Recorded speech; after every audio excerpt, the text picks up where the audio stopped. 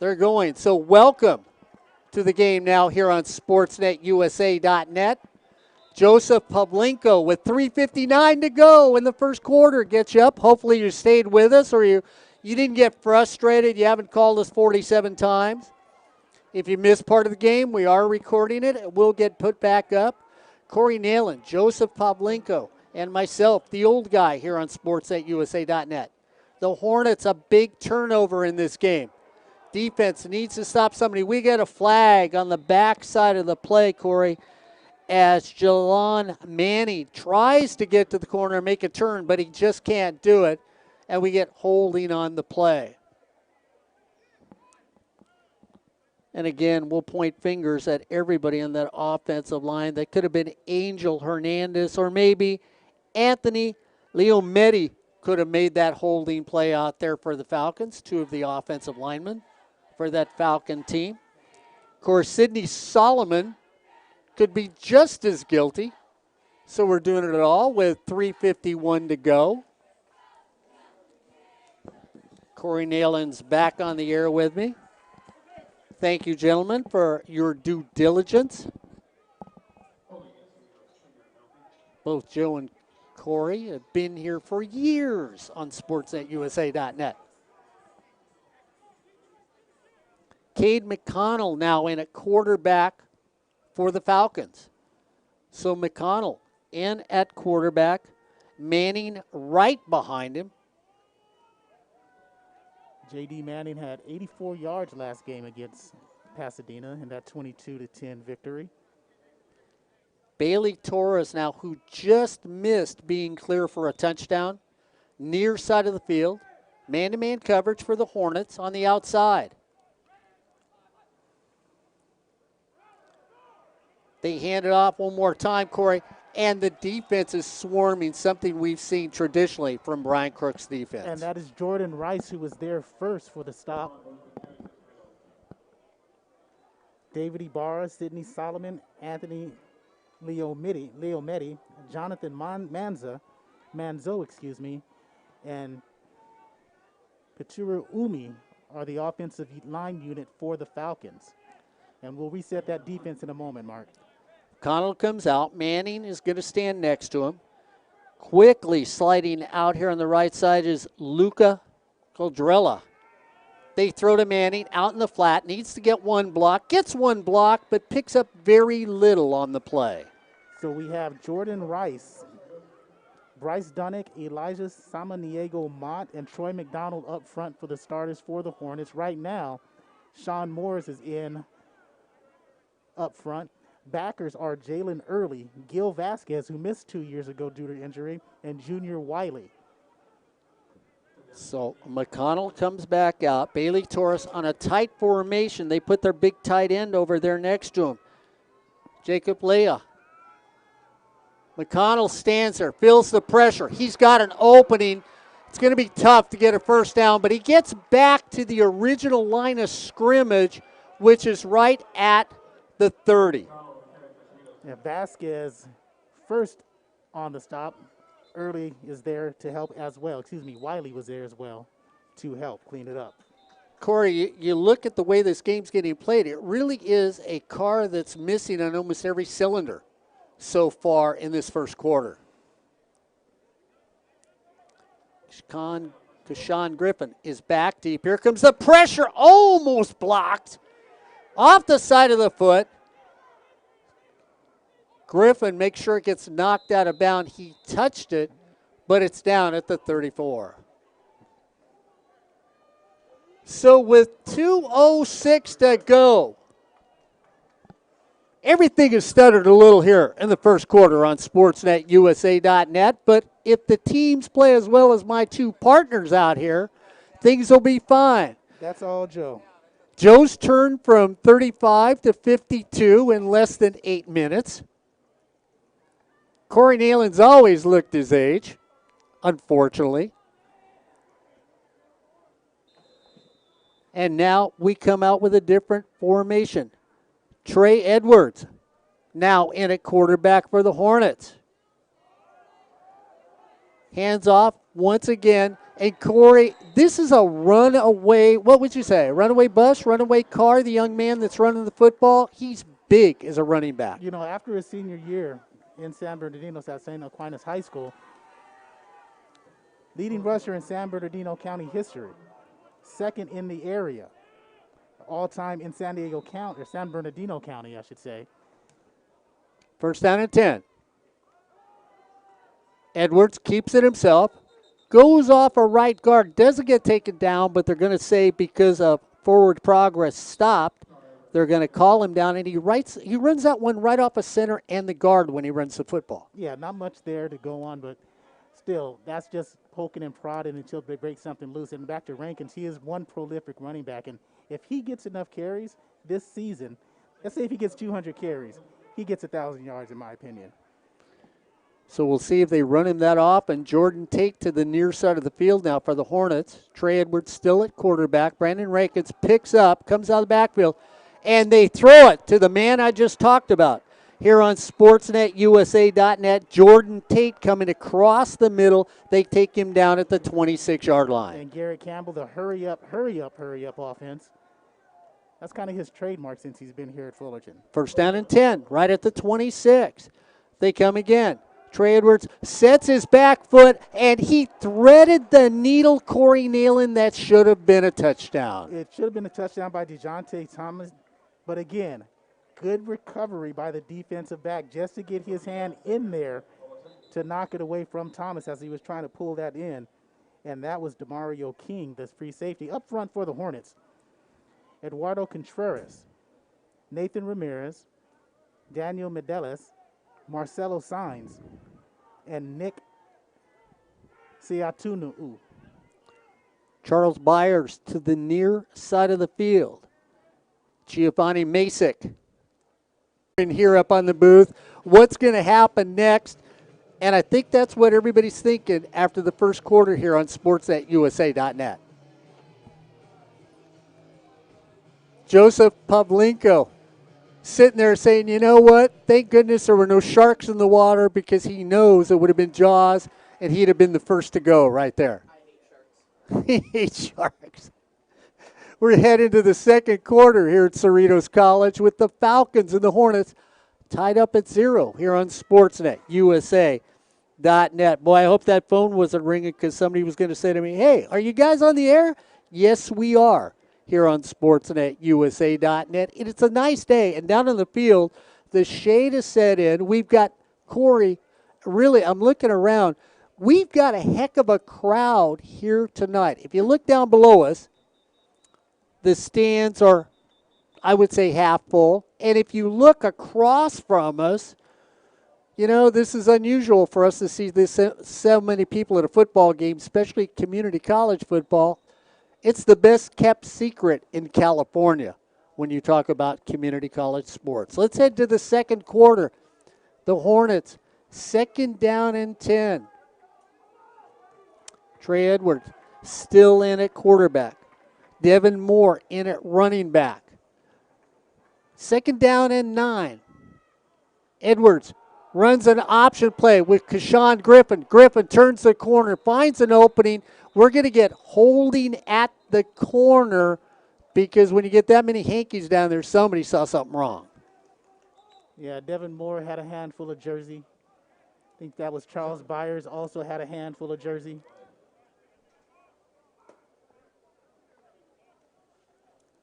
Who else was out there on the right side? Toby and Saneke. Corey will set the offensive line and the defensive line in a second for you for both teams. I will. Sure. Okay. Why not? All right. Offensively, Dylan Nichols, Andrew Saunders, Sherrod Green, Peyton Sattler, and Isaiah Obus-Kaweza up front. And for for Cerritos, Isaac Taulili, Logan Applewhite, Keith Conley Jr., Terrence Simon Jr. Those are up front for the Falcons. Michael Allen ready, one linebacker. Another linebacker is Victor Clanton. They like to run a nickel package all game long, do the Falcons, Mark. We'll set that secondary in a moment. Moore still at running back. Edwards at quarterback. We've got a second down at about 22. Might as well set it now, Mark. Omari Ikeke. Bijan Harris. Demario King. Cody Coleman. And Cameron Minor. Braden Huffman out far to the left. Jordan Tate to the near side of the field. Edwards at quarterback. Moore at running back. Second down and 22. Trey Edwards flips it to Moore, and Moore stood still. Edwards is just looking at the field right now, Corey, because if Moore catches that, he's off to the races. Yeah, and I'm not sure. Edwards should not have taken off with that. He should have taken off with it. That is an incomplete pass. Moore just a little bit outside of his range. Couldn't come up with it. On a promising drive, Mark. Seems to have stalled here on third down. Yeah. Huffman still out far to the left. TJ Burden out in the slot next to him. Edwards goes back. He's going to keep it himself. Runs, tries to fake, and just gets steamrolled as he gets to the 28-yard line. Well, Giovanni De Leon did a nice job of keeping Edwards in front of him and allowed, it looks like that was Keith Conley Jr. came up and made the stop after De Leon held his ground. And Fullerton looks like they might be going for it here on fourth down. 13:25 to go in the second quarter. Well, up and down, but no points on the board for anybody right now. The Hornets had an opportunity, turned it over. The defense has stood up for the Hornets on the field so far. Edwards looking for something. He has time. Looks over the middle of the field, and it is caught right there on a beautiful sliding catch by Thomas, who goes down and get it. It looked like it was going to be an interception for the Falcons. Thomas comes away with the football right at the 5.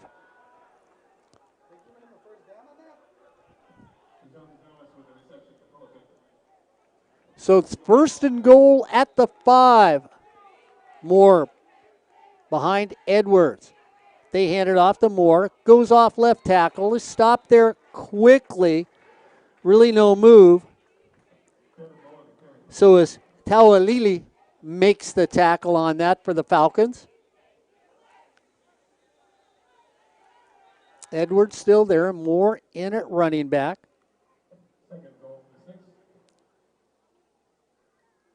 Carson Ellsbury, tight end, now in the game on the left-hand side. Charles Byers outside of him. Thompson down low. They hand it to Brandon Rankins, who comes in the game. Touchdown, Fullerton College with 12:16 to go. So they run a simple dive play after they put people in motion. The hole opens up. Great blocks at the line of scrimmage. And Brandon Rankins scores for the Hornets. First time on the board this year.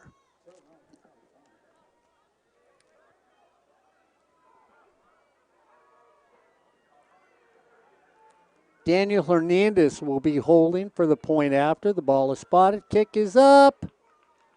And the kick is good. So the Hornets move down the field this time, and it's Brandon Rankins that puts the dot on top of the I and gets a 7-0 lead here on Sportsnet, USA.net.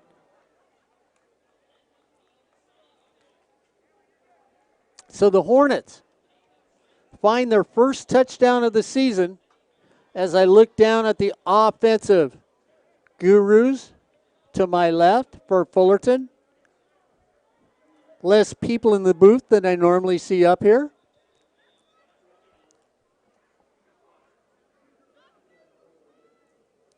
Bailey Torres is going to be deep for the kickoff for the Falcons.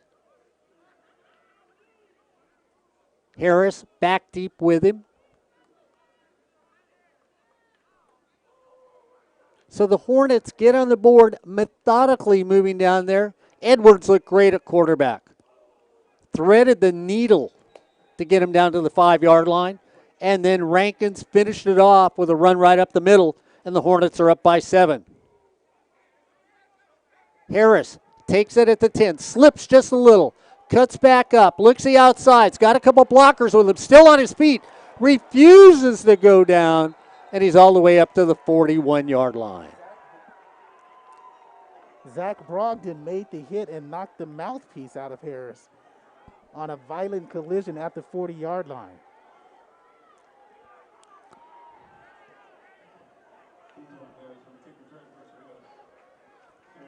So the Falcons with excellent field position here in the second quarter, trailing by 7.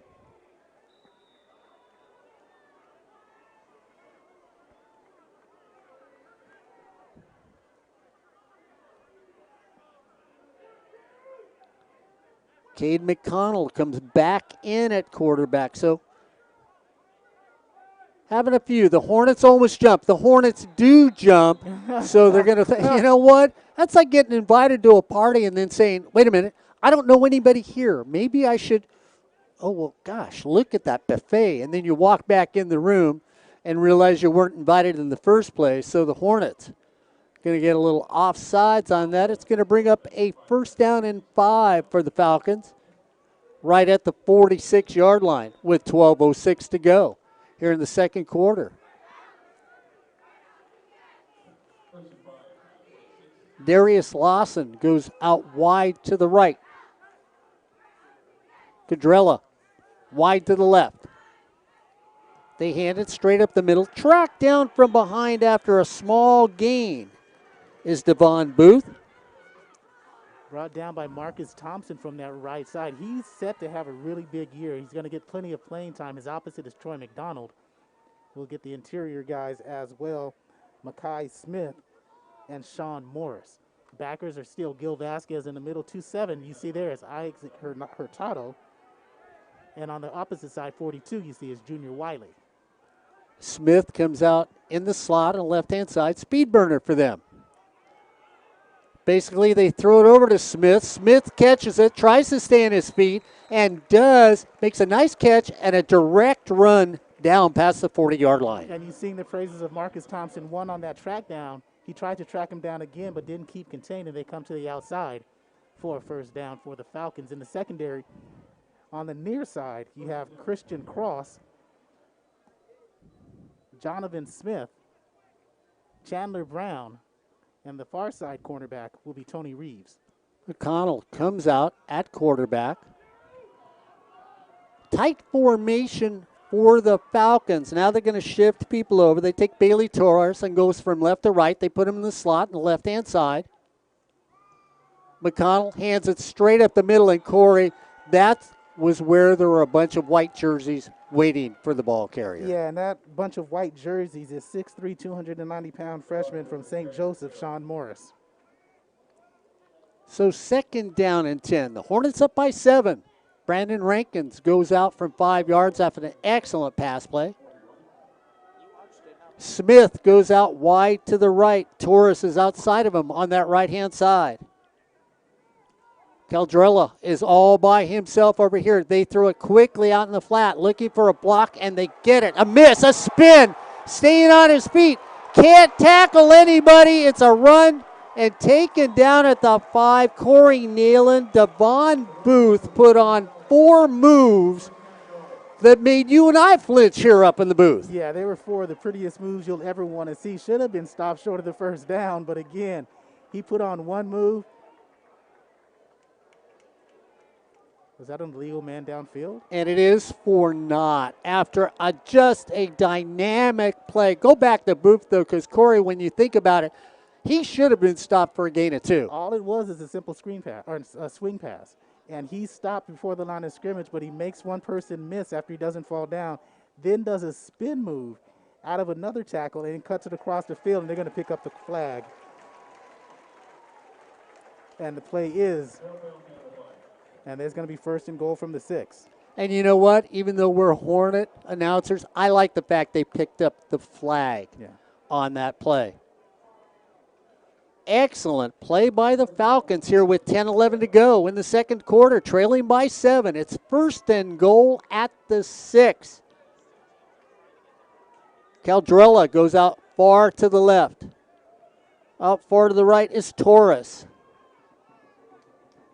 McConnell at quarterback. Takes his time. Hornets come up, look like they're coming after him. Gets his clock cleaned right there, but Corey, I'm going to give it to the quarterback for the Falcons. He did what you said to do. Look for a touchdown, because if you're going to get smacked, you might as well score 6 points on it. Almost makes that pass as he gets hit just when he's releasing the football and just misses. Jacob Leha over there.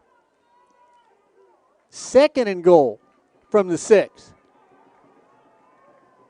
Caldrella goes out wide to the left.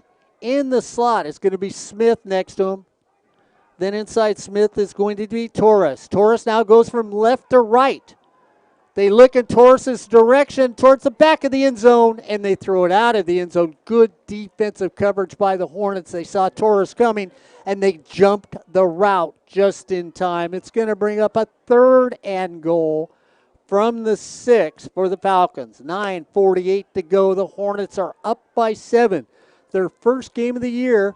The Hornets are looking for a victory. The Falcons would like to go back-to-back here on SportsNetUSA.net. Tight formation for the Falcons. Devon Booth, the running back. Booth goes out in the flat, looked at that direction. McConnell getting chased, thrown up in the corner, out of the end zone. Pressure right there as McConnell thought he had time to throw it, and the pressure came up, and he had no place to go with the football. You know, sounds like a Fullerton College basketball game. No place to go for the opposite team. Perry Webster's defense out there in basketball. That mentality definitely on the football field for Fullerton College. The Hornets defensive coordinator, Brian Crooks. Both those two guys, defensive masterminds. So you spot it at the 13. You add on 10. It'll be a 29-yard attempt for Bajorquez. The kick is up, and the kick is good. Corey Neyland says there's a flag on the field, so we'll see who's against. It could be that new rule that they have.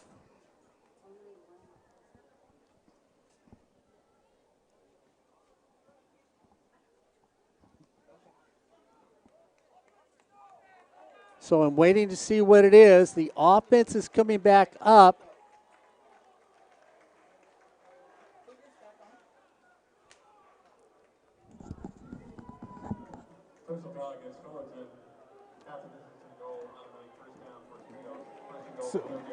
So personal foul for what now again, Corey?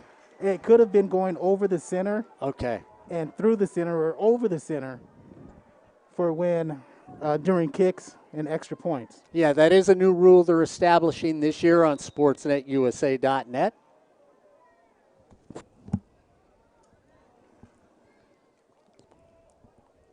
So we'll start it all over. I formation from the Falcons. Ball comes out, so McConnell drops it on the play. Ball comes out, and it goes down. So ball comes out. We'll replay it. It's going to be 2nd and goal. See where they mark it at. They're going to move it back about a half a yard, almost at the 4. So it's going to be 2nd and goal from the 4 with 9:11 to go. The Hornets up by 7 here on SportsNetUSA.net. See if they stay with the tight formation. Caldrella comes out a little further to the left. They run with a single back, and we're going to get a timeout on the field. So with timeout on the field, with 8:51 to go in the second quarter, it's the Hornets 7. The Falcons 0 here on SportsNetUSA.net. A little Pasadena football on SportsNetUSA.net. Golden West College on SportsNetUSA.net. LA Valley on SportsNetUSA.net and East LA on SportsNetUSA.net. Joe, Corey, and Mark up in the booth here on SportsNetUSA.net. So LA Valley, they are playing Pasadena this week, aren't they? They are. Ryan Osborne over there chopping it up. I don't know if Noah Alvarez is with them. Palomar is, that's who Golden West traveled down to. Yes, sir. Ed Ford and his crew. East LA, Albert Robles. And Dan. And Mr., and I'm not going to say his last name because I don't want to mess it up, but Mr. Godino. That's it. That's it. You did not. All right. We like him. I watched a lot of East LA basketball and football over the past few years. Cade McConnell back at quarterback. Devon Booth, the deep setback. Second and goal. They pitch it to Booth. Booth trying to get the corner. I think he's got it. Does he make it? No. Yep. Oh, they gave it to him. And, Corey, I didn't think he made it to the corner. I'm not sure he did, but when that pylon falls, you're going to say it's going to be a touchdown no matter what, and that's what happened there. Good up-front blocking on that left side to open up that area for Booth to reach the goal line. So McConnell puts him in a formation 4-2. Now they go into traditional point after.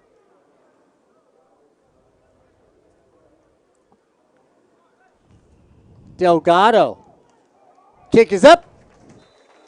And the kick is good. With 8:43 to go and everything that's going on here at Cerritos College, hey, we're going to start it all over.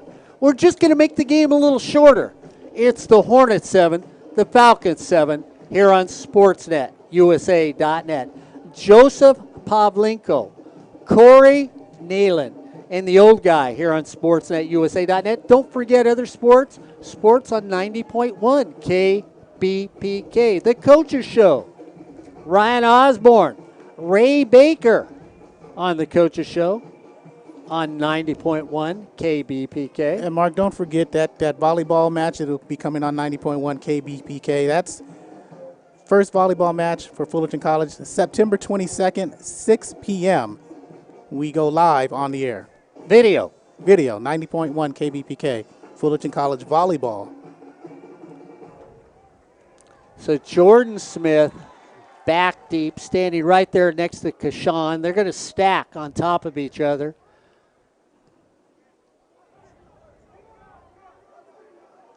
Both of them go for it. Looking for a block up the middle. It's got a little room. Side steps, goes the outside, stays on his feet, trips, falls, and gets up to the 40 on a really nice run back for the Hornets. And the Hornets themselves, Corey, on that one, get Jordan Smith to get all the way up there and make the run back on that play. And Eddie Taylor, injured Falcon on the field. So we have a moment not too bad down on the field this evening. Much better than anticipated. Who would have thought the weather would have been nicer than the start of the broadcast? Stormy weather. Oh, wait a minute. Well, that's right. YouTube will kick us off because I'm singing. I'm sorry.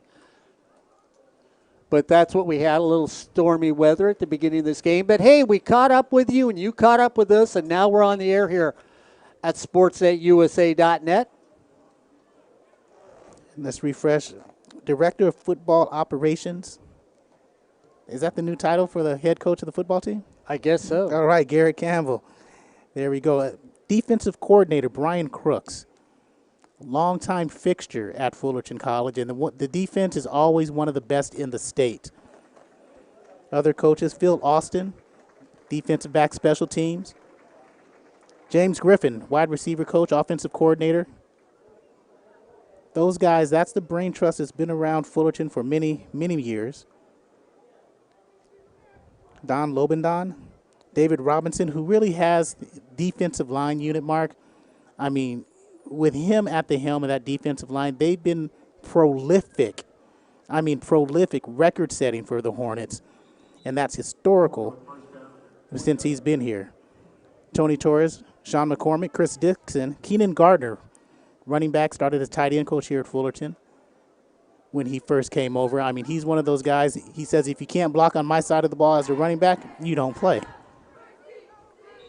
Chandler Galban now back in at quarterback. Griffin goes in motion. They throw on a fly pattern, one-on-one. You reach back, you come back, you pull it down, and it's going to be a first down on a beautiful catch on the play. Toby Sanaike. And please email us or tweet us. Tweet us? Tweet us. I forgot my Twitter handle. But go ahead and say something on Twitter. Let me know if I'm saying that name right. Good catch, Toby. First down and 10 at the 18. Go back again. Fight over in the corner, pushed out of bounds. A lot of hands checking going on there with Kashan, but I have absolutely no problem with that because it was pushing both ways by the defender and Griffin, the offensive player. Second down and 10, right at the 19-yard line. Out far to the left, Braden Huffman. Huffman, hey, that's a familiar name here on SportsNetUSA.net.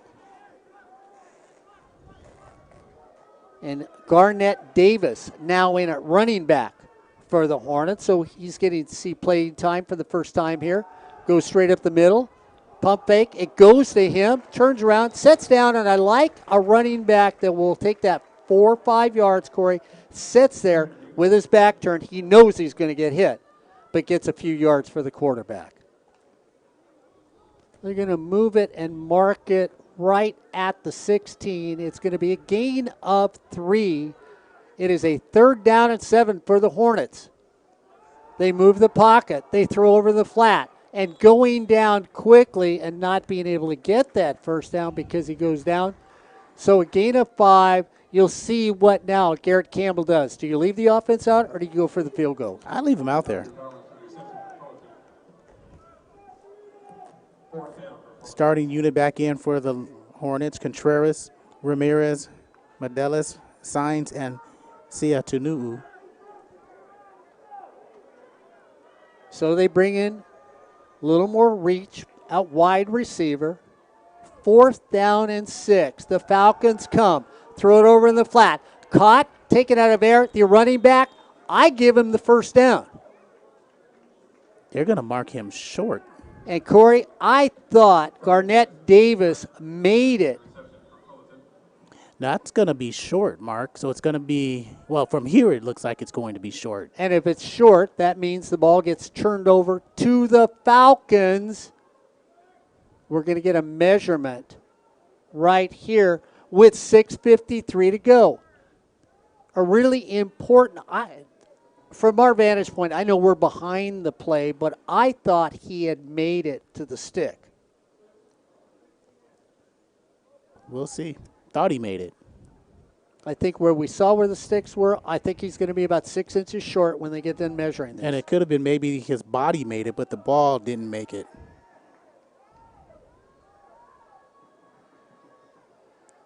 So he must have had that ball cradled instead of out, and that's the call.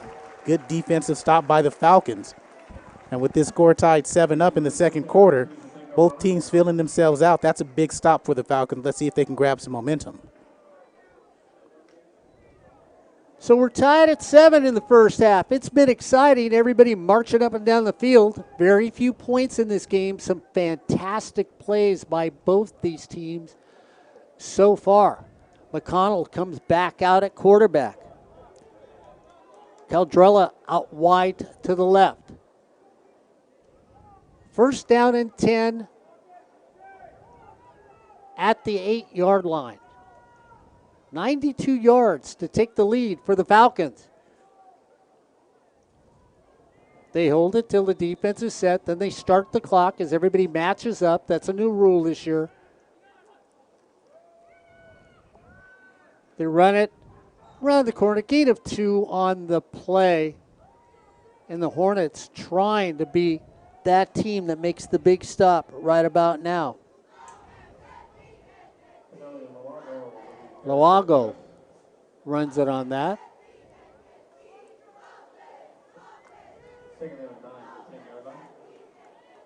Loago at running back. 2nd down and 8.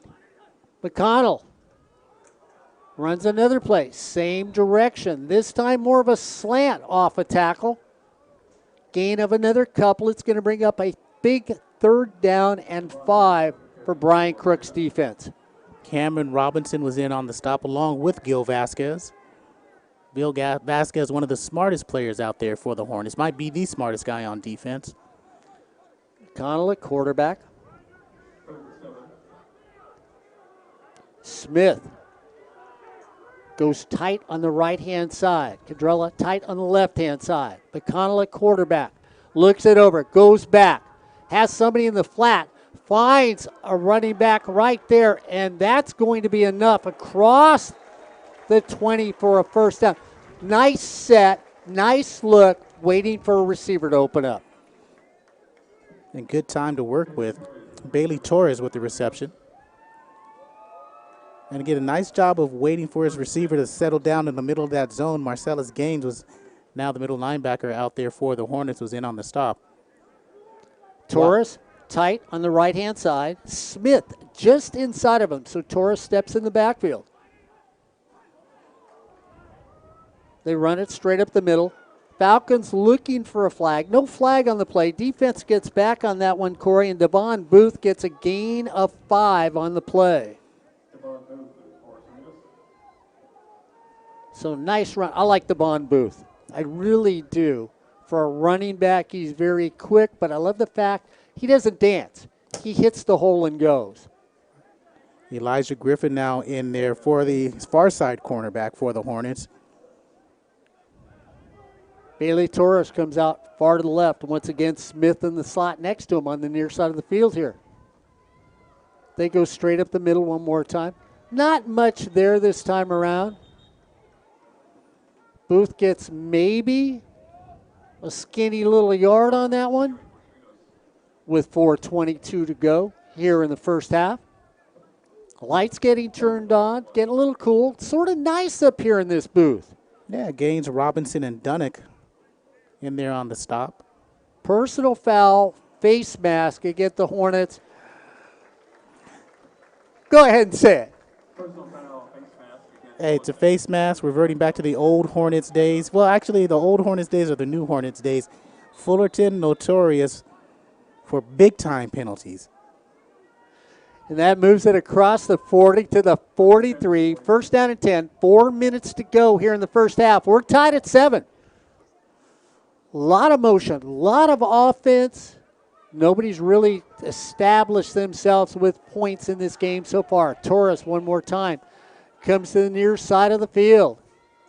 McConnell hands it straight up the middle. Gain of 7 on the play. The Falcons cross midfield across the 50. They're going to mark it right at the 50. It's going to be a 2nd down and 4 left. The Falcons won last week. The Hornets didn't get to play.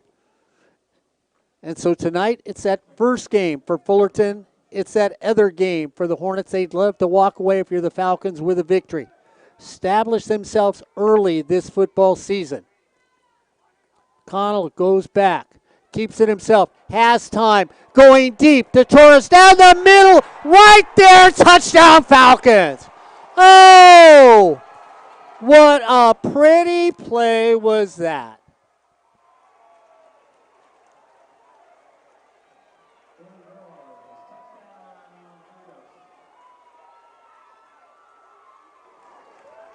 Very pretty. Ah, it was beautiful. A simple post pattern. That's all it was. Go up 7 yards. Take one step out to the left. Plant and go right up to that post. Easy 6, 50 yards. And give it to the quarterback. He throws it where only one person can catch it. So if he overthrows the receiver, there's no interception. He makes the receiver run underneath the football, Corey. Pretty play. Kick is up. Kick is good. And the Falcons start with a defensive stop and go 95 yards towards the end of the 2nd quarter here to take the lead over your Fullerton College Hornets here on Sportsnet, USA.net.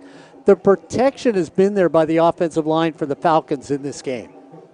Yes, they have. I mean, that protection has been beautiful. I mean, David Ibarra Sidney Solomon, Anthony Leometti, Jonathan Monzo, and Peturu Umi. They've been the guys up front to allow McConnell the time to throw that post pattern. It was a deep post pattern as well. And so he put it right on the money. And Cerritos, last time in 2019, these two teams played, Cerritos won that game. Yeah, and that's a season that the Hornets were lucky they played 500 football. That's not what they were looking for this year here on SportsNetUSA.net. It's getting close to halftime, snack time. Keshawn Griffin says, kick it to me because I'll show you a little tasty kick run here on SportsNetUSA.net. A pooch kick right in the middle, taken at the 20, looking for a cut. Cuts right where there's nothing but blue jerseys and get taken down at the 30-yard line. So with 3 minutes to go here in the first half, the Hornets trail by 7 on a 95-yard offensive attack after a great defensive stop down at the 5-yard line. It is a good overall possession of time for the Falcons in this game. Now let's see if the Hornets can respond. Looks like Galvin is back at quarterback along with Rankins in the backfield with him. Chandler Galvin out of the Lone Star in Texas. Little draw play to Brandon Rankins. Doesn't get a block by his receiver and gets taken down there. Corey, if you're a receiver out there, you've got to be able to make a block to give him a chance to run. You've got to sustain that block as well as make it. I mean, once you put a hat on the defender, you got to make sure you sustain that just for another second to allow your running back to get some room to run. Logan Applewhite first blew that play up, making Rankins come out to the outside a little bit more. Harris has finished it off. Huffman out wide to the left. Second down at 11 for the Hornets. Here comes the pressure. Galvin decides to run it, then flips it over in the corner, and Huffman takes it and goes out of bounds at the 48. Yeah, Galvin will run with the ball, but he prefers to throw. You see the athleticism he has, freezes the linebackers just a little bit, allows Huffman to float out, and he puts it on the money for a first. First down and 10 at the 48. 2 minutes to go in the first half. Here comes the pressure. Pump fakes, throws it down the middle of the field to fight for the football. Caught and dropped on a good defensive play and an excellent offensive play. Ball was there, defender makes a better play. Yeah, aggressive movements on the defensive back, and you like to see that. You like the physicality between the DBs and the wide receivers. If the wide receiver makes a great catch, it's on him. A defensive player makes a great play to knock it away, it's on him. Both good jobs. So we have timeout on the field with 1:57 to go here in the first half. It's the Falcons 14, the Hornets 7 here on SportsNetUSA.net. And I'm going to go back to Corey Neyland saying, well, we saw the traditional bullies by the defense from Fullerton College. You've talked about where there's nothing new about them getting an ugly penalty during the game. That ugly penalty really helped the Falcons on that 95-yard march that they had just before the end of the first half here. Yeah. I mean, it's been a relatively flag-free first half. Yeah, I do like the officials are letting defensive backs play physical football. Too many times the defensive back just touches somebody and they throw a flag. So we have discussions going on both sides of the field. We really thought this was going to be one of those games where the Falcons said, hey, last week was not a mirage. It was not an illusion. We can play with anybody. The Hornets chomping at the bit, saying, we want to play with anybody. And I can't tell if that was Phil Austin out. Corey, is that Phil Austin out at the field over on the far side? Talking to the officials? I couldn't tell. Or is that Griff? That's Griff. That's Griff talking to the officials. I think he's sort of being the receiver coach saying, my guys are getting manhandled. Well, if they are, then they need to step up and manhandle the defenders with a second down and 10 right at the 48-yard line. Griffin's come with a blitz. Galban gets away, turns the corner, and taken down after he beats the blitz. Nice defense by the Falcons. And the backer that came out, Michael Allen Reddy, was there. Looked like got the wind knocked out of him a little bit as Galvin landed on his chest. So they're going to give him a gain of a yard.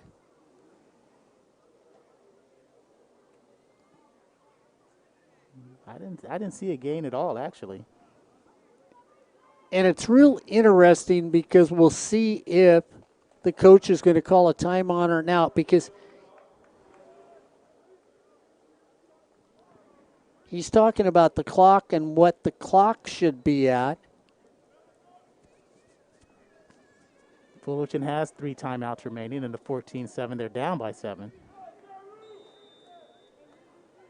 So it was 1:42 the clock is at. And Corey, this is where you don't want the game to get away from you. The Falcons are feeling good right about now. If they get the ball back and can score, if the Hornets can't do anything, it's a different game.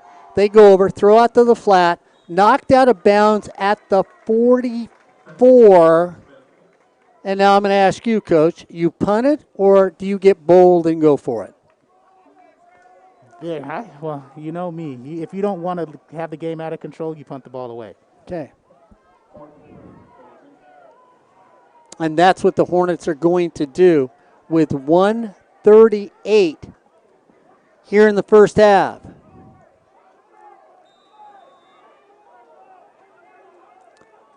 So that could be Medlock or Owiki back deep. That's going to be Omari. So Okeke is back. Oh, is that how you say his name? Okeke? Hope so. Okay. I like that. That's better than what I called him. I'll just call Danger with a double O. Double O is back deep for the Falcons. Here with 1:38 to go, we get timeout, a little conversation. The Falcons could be in complete control of this game if they could score again before the half because they get the kickoff to start the second half. And I don't think complete control in this game belongs to anyone, even if the Falcons score and get the ball. I think this first half is still a feeling out process for the Hornets. It's one of those things that, yeah, they've scored 7 points, but they look rusted. It looks like their first game of the season. Cerritos now, their second game, they look better offensively than they did against Pasadena last week. So double O, the danger man, is back deep for the Falcons. He's going to stand at the 10. Ball bounces, kick is up, little flippity flop, taken, dived for at the 20. And talk about double O being dangerous. If you go down to get that and kick it 5 yards further, it's first down Hornets at the 20, but it worked out for him with 1:31 to go. I'm sorry, it is Ian Medlock back there. It's what? It is Ian Medlock. Oh, it was? Yeah, it was. I'm okay. Sorry. I forgot what John said to us. Just see, that's why I asked, because I was sort of asking a question. I knew John had said to you, hey, if somebody goes back there, John Van Gaston, the SID. And if I'm wrong, oh, well, we called them both.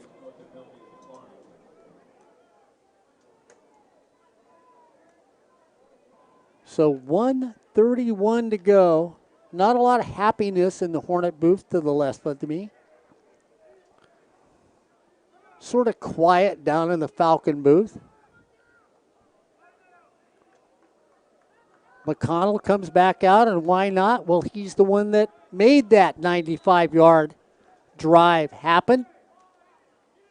Back at quarterback. Nice running play, off tackle. And McConnell now, because he can throw it, has the defensive line just a little off on that, Corey, looking for the handoff. And Jalen early with the first hit.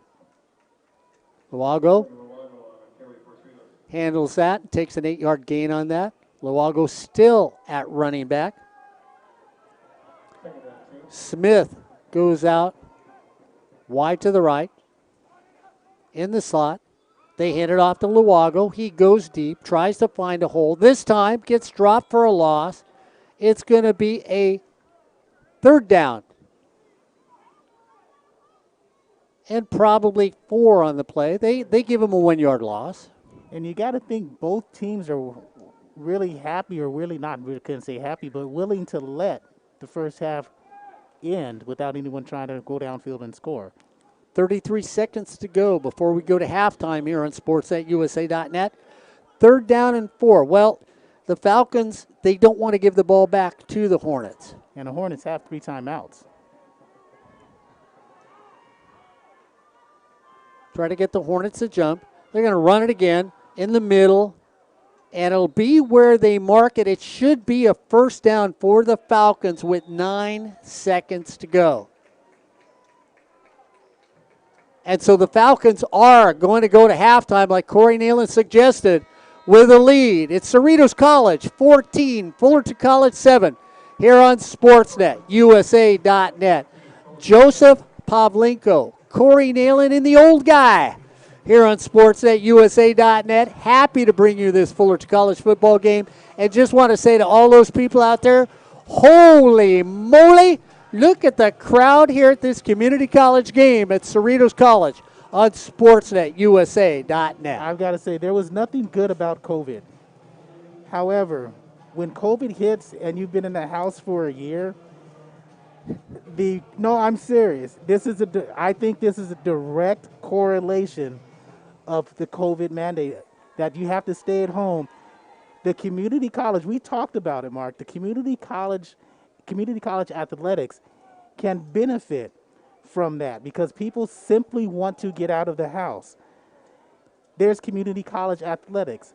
Let's go see some just to get out of the house. And I think that's what we're seeing here with these large crowds. Well, with this large crowd. The other thing, Corey, is give John Van Gaston and the entire administration in the athletic department and at Cerritos College for doing what you would always suggest. Give the tickets away. Mm-hmm. They were free. Come and watch community college sports. You've always said to that, hey, just give them away so that people come to the game. You know my idea. 0, or I should say, 1 month to senior year in high school, you get in for free. 65 years or older, you get in for free. Everybody else pays regular price. Yeah, and you know, when you look at the crowd, you have to say when you look at Cerritos, because the word got out, you know, I'm glad the people showed up. What's really nice, Corey, since the tickets are free, I'm glad they showed up and took advantage of that. And I'm like you. What should I do? Stay home on a Saturday night and watch the same? Oh, hey, wait a minute. What's on tonight? Oh, my. You know what? I can watch. I already saw that. I think I'll go to a community college football game, and that's what the people have done here. And look across the way. Yeah. Those are Hornet fans across the way, and they've all come out today here on SportsNetUSA.net. Other scores around the CCCAA. LA Harbor 47, LA Pierce nothing. That's a final. Another final, Santa Barbara 23, West LA 21. San Mateo gets their second win of the season, 41-0 victors over Sequoias. Reedley improves to 2-0. And speaking of Mr. Van Gaston, thank you. Reedley 38-6 winners over Siskiyous. What was that, Corey? Where? Siskiyous. Okay. Thanks, Sean. 38-6. Foothill 39 victors over Hartnell. 39-12 victors over Hartnell. Laney goes down to Merced 54. Goes down to Butte 23-10 in their game. Butte now 2-0. Sacramento City falls to San Francisco. They get blanked 45-0. American River put up big numbers against Chabot 69-7. Also up north, Merced 54, Los Medanos 7, Monterey Peninsula 27, Yuba 10, Feather River 41, San Jose 16. So that's up north along with the midsection of the CCCAA. Midsection is big, kind of like somebody's bellies up here. Well, two bellies up here. 24-0 Fresno over Santa Rosa in the third quarter, 4:39 left. Ventura stays gets their victory, 49-21 over San Diego Mesa Mark. Also in the second quarter, Golden West 17, Palomar 0.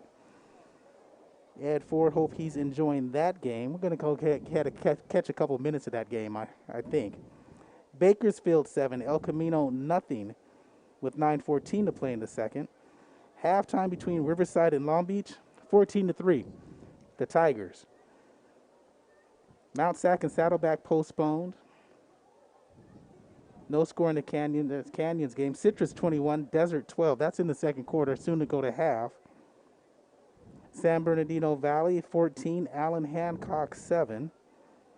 That's a far drive for Allen Hancock. That's a nice little drive they got going there.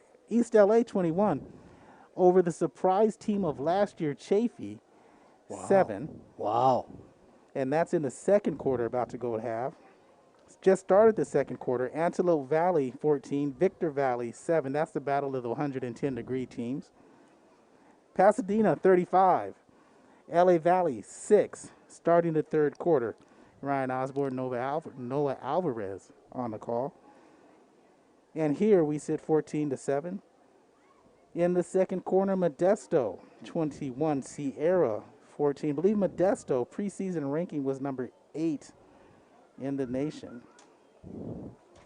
So those are your scores around the CCCAA down south and up north. You know, in that Pasadena game, that means there's a lot of conversation by Ryan Osborne and not but much by Noah Alvarez, which is probably okay with everybody on sportsnetusa.net.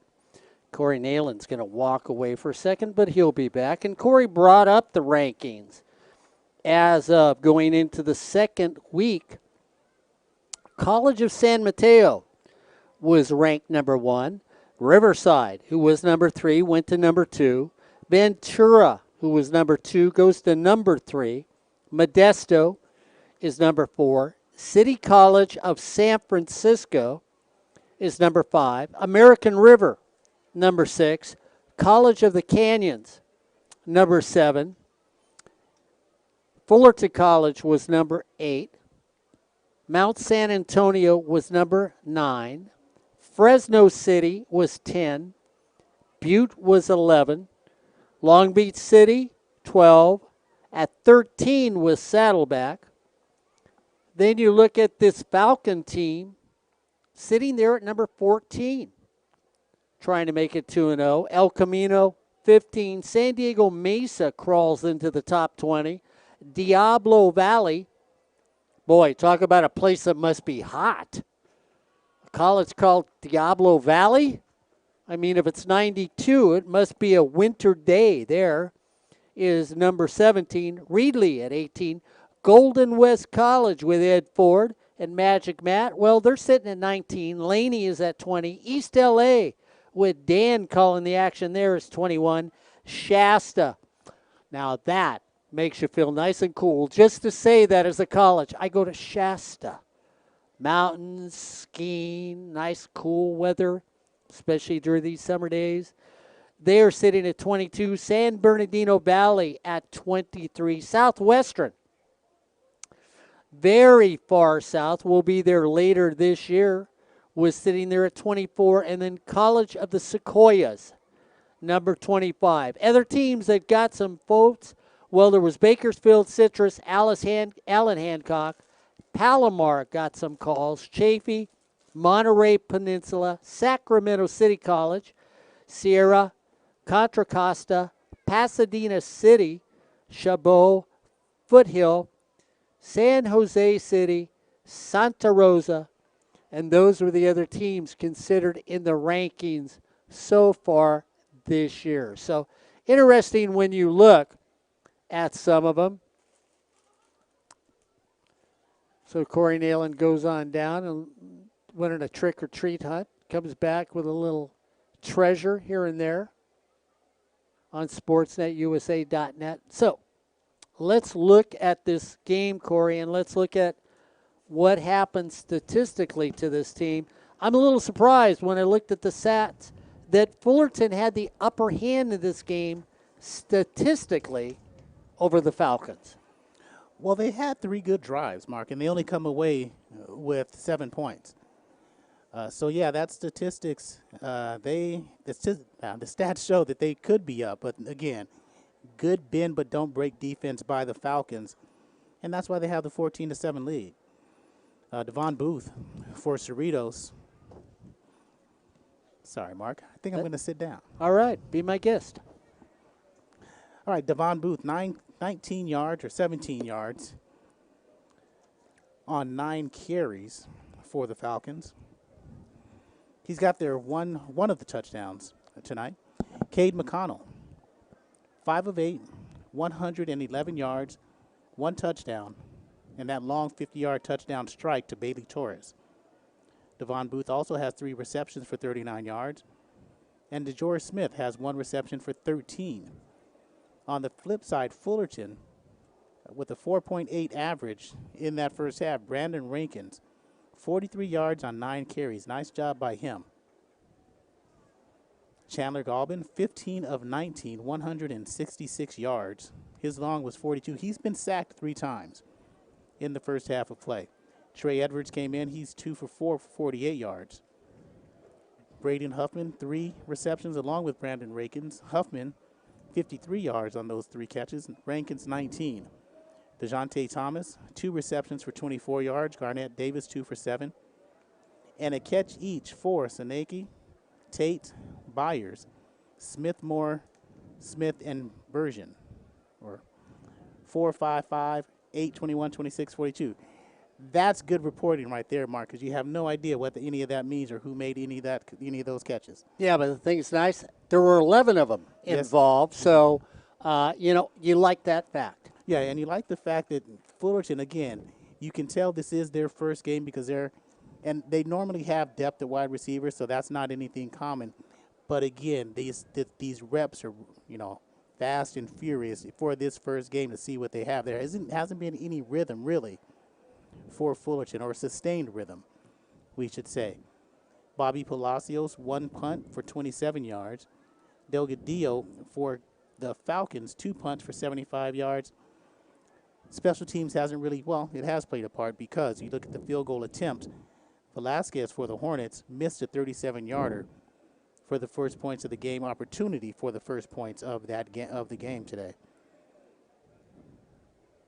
I think the most glaring stat on this whole thing, Corey, when you talked about the stats that you saw, Brian Crook's defense has not gotten to the quarterback tonight for the Falcons. Something that's usually unusual in a Fullerton College game. Usually you have a linebacker that dictates, or you really have shutdown corners by Phil Austin so that those linemen can get there. I mean, I know we've been spoiled over the years. Josh Triangle was the last one that was here that really could rev it up and go and get somebody. So far tonight, that really hasn't been that evident on the defensive side for the Hornets. No, not yet. They've been playing pretty standard here in that first half of play. They haven't come with any really blitzes, haven't stunted much in the first half of play. I think they're trying to get their feet wet in this first half. I think they're trying to, we're out here, we're not playing against ourselves any longer. We're out of practice, we're out of the scrimmage.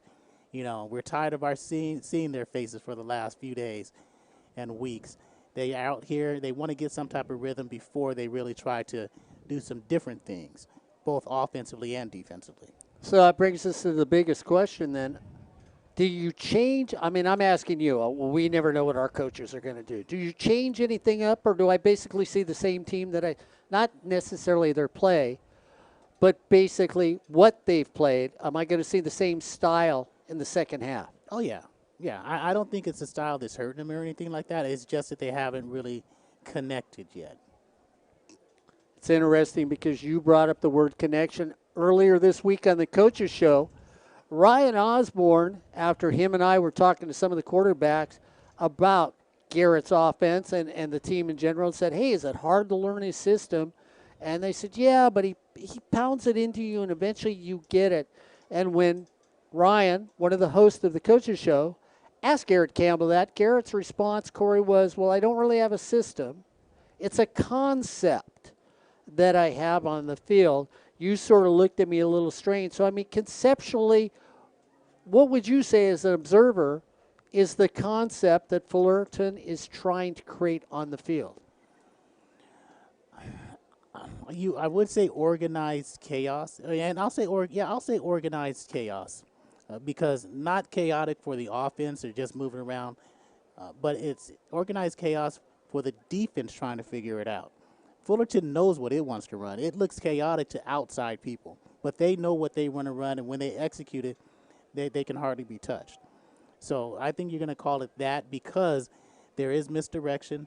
There is quarterbacks running, rolling out, moving out. There is running. They use everything that a football team can use on the offensive side of the ball. It's not 4 yards on the ground, 4 yards on the ground, up the middle. There is variety to it. You know, and when we talk about variety, well, here on SportsNetUSA.net, the man all the way down to my right is variety. He was around all summer long for Fullerton College baseball, all summer long for Fullerton College softball. If it wasn't for Joseph Pavlovich, we wouldn't have had those games up. And again, Joe decides to help out two old guys that, we had training videos going on while we were setting everything up. Let's see, A goes with B, pink matches together, blue and yellow. Oh, no, that's the wrong color. Here on sports.usa.net. So for you seeing the game tonight, for anybody that walks on Fullerton College, go over to 90.1 KBPK. Knock on the door. Have Joe open it up and say, "You're the guy?" Joe will say, "Yeah, I'm the guy. Sorry, COVID's here. Don't come and visit me." But he's the guy that'll be there. And don't forget, best music, best variety, nothing better than getting on the internet at 90.1 KBPK. Joe, can you pot yourself up for a second? Because I do not know what on the internet, what I would tell him to go to. Only 90.1 KBPK. We are 90 point, no, not 90. The slogan is so ingrained into me. KBPK.org. KBPK.org is our website. So Joe does that. Joe potted me down a little there because I know my volume has changed as he turns me back up. Here on SportsNetUSA.net. Corey Neyland, Joseph Pavlenko. Corey Neyland looking for the hot tooth on SportsNetUSA.net. So don't forget, hey, and stop by the radio station. Visit with Joe, Ryan Osborne, one of the hosts of the Coaches Shows, and Corey Neyland's already brought up. Got a little women's volleyball coming around on SportsNetUSA.net. Nope, not really. It's going to be on 90.1 KBPK. Make sure you come out. That'll be video. Right now, there are no visitors to indoor games. Last time I talked to our SID, Phil Thurman, no fans, no visitors to indoor games at Fullerton College. So the only way you're going to get to see that volleyball game is on 90.1 KBPK. Well, the Falcons are back on the field. The Hornets are getting ready to come there.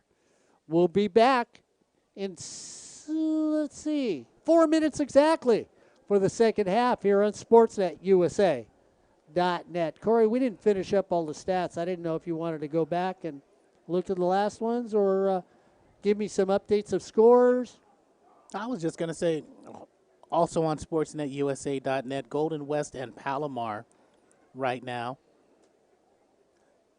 17-0, Golden West. 21-7, East Los Angeles over Chaffee on SportsNetUSA.net as well. And they're at halftime at that Golden West game. So East LA up 21-7 over Chaffee, and 263 yards total offense for the Hornets in that first half. And as Mark mentioned, only 153 yards for Cerritos. So the offensive side of the ball, Fullerton's been doing pretty well.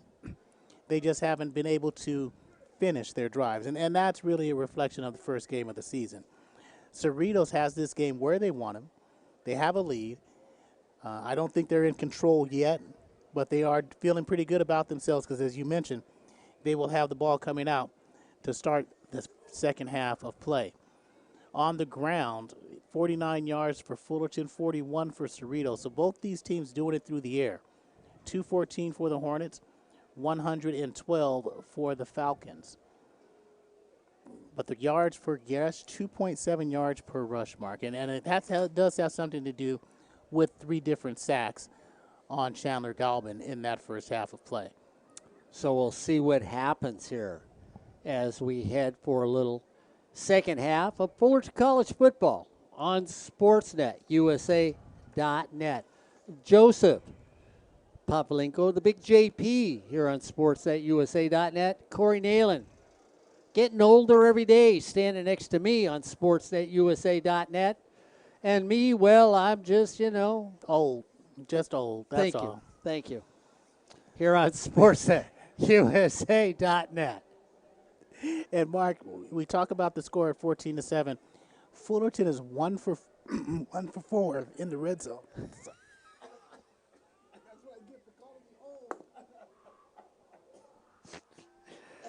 Oh, there he goes, Corey Neyland. That's the way he sounds when he climbs up these 187 steps that we get to the booth up here. All I could hear behind me was, "Where's my inhaler?" Here on Sportsnet, USA.net. And I knew I was going to forget my inhaler, and I forgot my inhaler, Mark. And I think the sound you're looking for as you walked up the steps were, I think that was the sound that you might have heard. But again, no, Fullerton has done 1 for 4 in the red zone in the first half. Next week, we're at home at Chappelle Stadium in Yorba Linda here on sports@usa.net. So make sure you check the website if you want to come out to the game. It should be posted if fans are allowed by Phil Thurman, Scott Giles, David Grossman should let you know, and we'll find out on that. If you are, come on by the booth and actually see how old us 3 really are on sports@usa.net. Actually, stay away, COVID restrictions.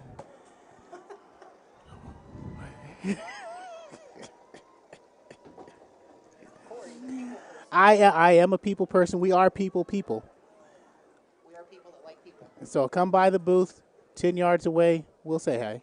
Corey's going to say, Mark, do an interview, and he's going to have a 150-foot XLR. Mark, scream at them. Don't forget, you got to scream so they can hear your question.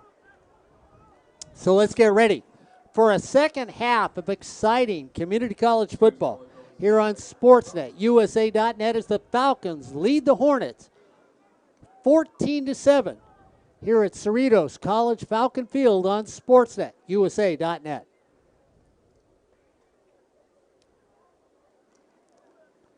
Back deep is Bailey Torres for the Falcons.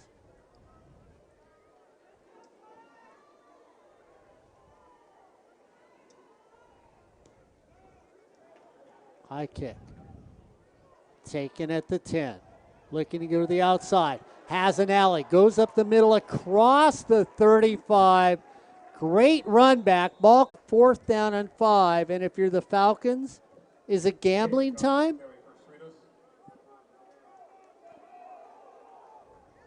Yes, it is. Corey Neyland says, not me, baby. I'm not rolling any dice.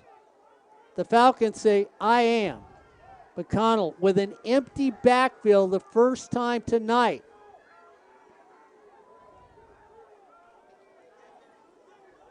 Fourth and 5. Here they come. Quick kick down the field. It's going to bounce back and get taken down at the 15. So Corey Neyland said, no, you don't take a chance. They tried a little trickery, and they get the ball marked down. First down and 10 at the 15. And now it's the Hornets' turn to try and equalize this game early in the second half.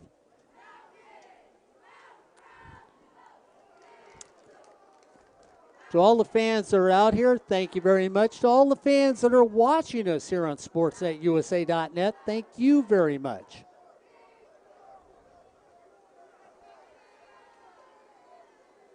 So first down and 10 at the 15-yard line. 12-23. And a penalty against the Hornets. And I didn't see what the penalty was.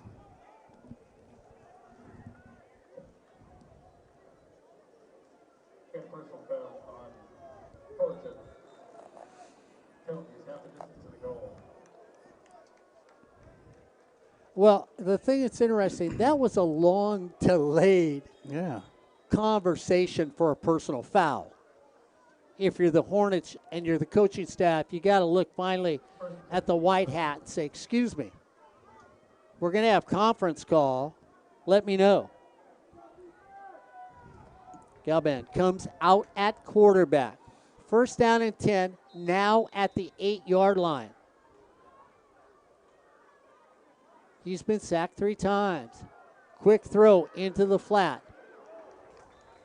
Get up to the 12, gain of 4. Maybe 5. Second down and 5. Hurry up offense. Oh, sorry, Mark. Christopher Kuntz with the catch. We'll set that defense for the Falcons a moment. Jordan Tate to the far side of the field. Huffman to the near side of the field. Rankin goes in the flat. And a flip to Rankin that, well, if he was 6'6", he might have caught the football. Well, Logan Applewhite read the play, jumped as Goblin was going to throw it, so he had to overthrow. And overthrew Applewhite, overthrew Rankin for an incomplete pass. So Applewhite on the right side, Conley Jr. on the left. Palu and Taulili, nose tackles for the Falcons. Big third down play for the Hornets to start this third quarter. A sputtering offense. Here comes the pressure. Going deep. Kashad Griffin's got it. Oh, he needed a step, and you could have kissed him goodbye. Yeah, Okeke makes that foot drag tackle. Hit the right foot, kicks the left foot, brings him down. But again, a huge 30-yard pass play from Goblin to Griffin. First down and 10 at the 48. First down to the 48. Griffin stays in the slot. If it worked once, go the other direction. Going deep. Good adjustment on the ball by the defense as it's thrown behind the receiver who had to adjust to try and make the catch. Yeah, that's Cody Coleman, who's had a solid game here in the first half. Continues his solid play early on in the second. Clanton and Allen Reddy are the linebackers. Joining Coleman and Okeke in that secondary are DeMario King. Byers comes in near side of the field. Rankin stays in the backfield. Second down and 10 at the 48. Here comes the motion. They come to the outside. Galvin gets sandwiched on a beautiful corner blitz on the play. Yeah, and that's one of those things that's Clanton, who came from that right side, and he just lit him up, lights him up, whatever he did. He gets the sack. That's the 4th sack of the night for the Falcons. Brandon Rankins didn't quite miss the block because he was going out for a pass play because it looked like it was going to be dumped to the left side. And again, Clanton was there too quickly. Third down and 18 now for the Hornets. And again, here they come. Throw it over the middle. Really no place to go. Get to the 45, and you're going to have to punt the ball away if you're the Hornets. So again, a big 30-yard pass play goes for naught as they had first down at the 48-yard line, their own 48-yard line with pretty momentum to go. But again, an incomplete, a sack, an incomplete, and here you are. Had a little timeout on the field because one of the Falcons went down, gets off the field on his own. So we're going to wind the clock with 10:19 to go. So the offense has been less than spectacular so far for the Hornets here in the first game of the season. And for the Falcons, it has been adequate to take a 7-point lead here in the third quarter.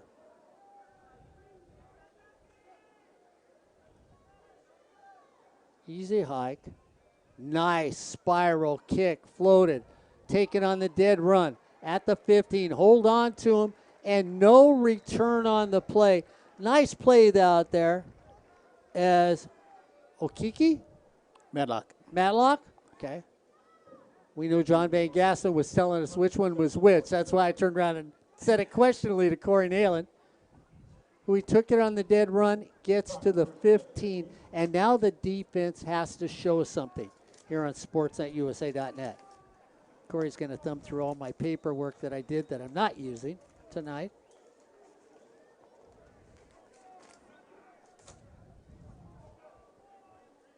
Looks for his paperwork. First down and 10. The 15 for the Falcons. Run play to right side. Defense steps up quickly. No gain on the play. And it was the entire defense that made a stop on that for the Hornets as they dance. And you know what? I know you talk about celebrations. I'm the type that say, hey, you know, you get to dance when you win the prize. One play is not winning the prize. And Vasquez early read it and shot the gap. And they're going to have to be careful with the play action setup here. They're deep, or Cerritos is deep in their own territory. Right now, play action pass might pay dividends. Second down. Roll out, nobody there. Nobody's going to come and get me. I'll take it, run it out of bounds myself. And that's exactly what you do if you're Jordan Simpson, who's now a quarterback for the Falcons. Big play by Simpson. Nobody wanted him. He kept running, got all the way to the 20 before he steps out of bounds, makes a manageable third down for the Falcons with 8:45 to go here in the third quarter. Bailey Torres goes out wide to the right.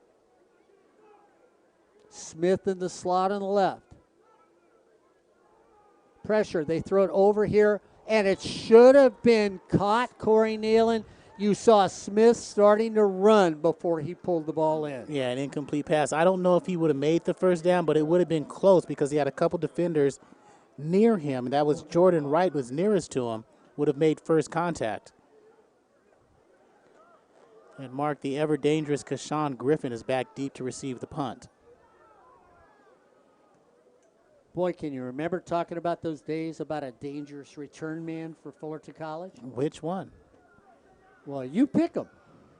I mean, off the side of the foot, it's a back spinning, side spinning golf shot at the 32-yard line.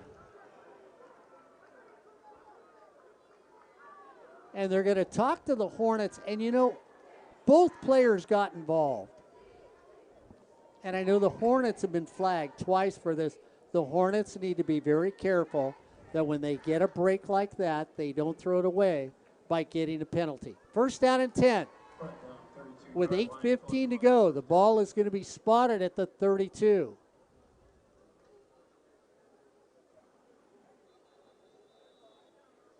So Fullerton, a nice, good chance here for a drive as they're down by 7. Let's see if they establish the run game to get some of that momentum back on their side. Brandon Rankins in it, running back. First down and 10 at the 32. The Hornets trying to find an answer to get back on the scoreboard. Fumbled ball. Throws it over to Rankins, who gets hit at the 30. Should be forward progress at the 30-yard line. And right now the Falcons aren't even fearing the passing game of the Hornets. I mean, yes, they're putting pass plays, but the defensive secondary, as they run a nickel package every single play. But again, they just don't have time with that front four putting pressure on Goblin. So they gave him no gain on the play. It's going to be a second down and 10, right where they started. Quarterback keeps it himself, gets a gain of 1 on the play. Chandler Galvin will be carrying for Fullerton.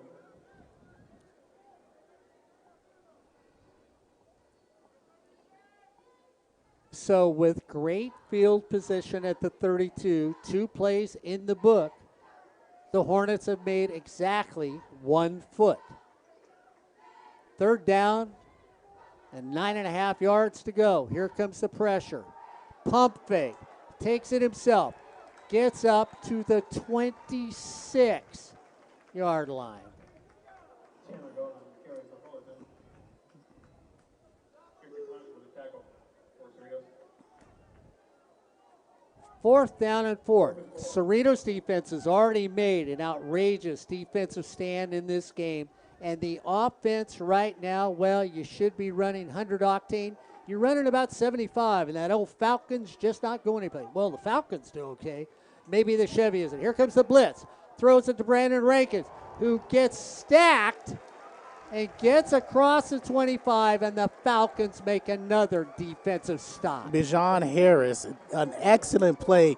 Read the play coming up and just blew past the other receiver to make the stop. And a sure tackle by a cornerback. You like seeing plays like that. The Falcons are really, really playing well, and they really have momentum going. Get the ball in the 32, you get 4 shots, you make 7 yards. Yeah, and it's not about the fact that they're playing really well. It's the fact they seem like they know that offense and know what's coming here in that situation. 1st down and 10 at the 25. This is where they struck last time. Then once again, the defense has stepped it up just a little as Devon Booth tries to get to the corner and can't do it. And here comes another flag, and you know who that's going to be against. There must have been something that was said. Because I'm not sure there wasn't any face mask, no extracurricular activity. Jalen Early read the play and was there first to clean it up on the stop. That was Sean Morris. Now, a personal foul was going to get called by the white hat. Dead ball personal foul. So if that's the case, that means the play stands. It'll be 2nd down because it's after the play. That's a dead ball. It should not be 1st down. It's 2nd down, which it is. 2nd down and 22.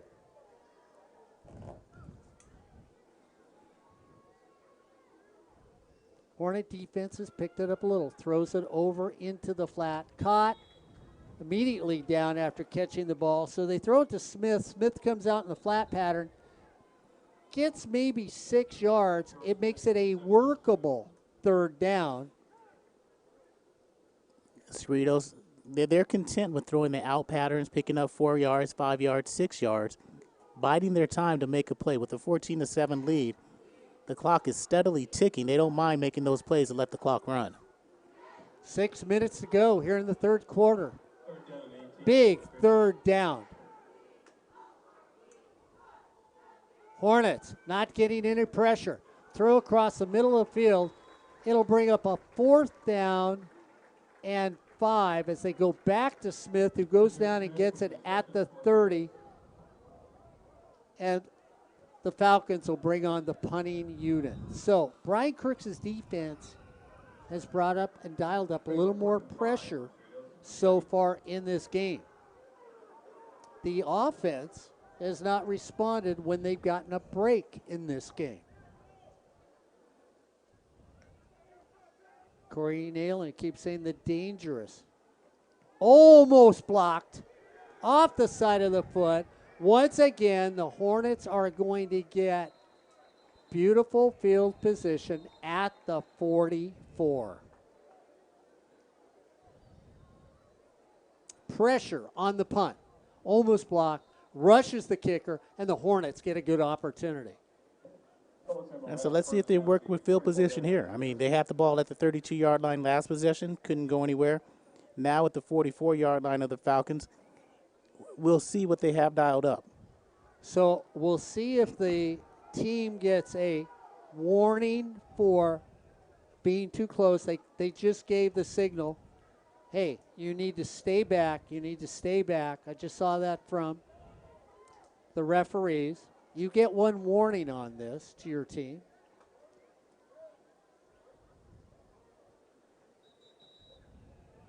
It's sort of like when we go to an all-you-can-eat restaurant. When you two are with me, they give us one warning. You guys have been there 5 times already. As long as it's an all-you-can-eat place that I will eat at, Mark. Come on. We've already been to places like that.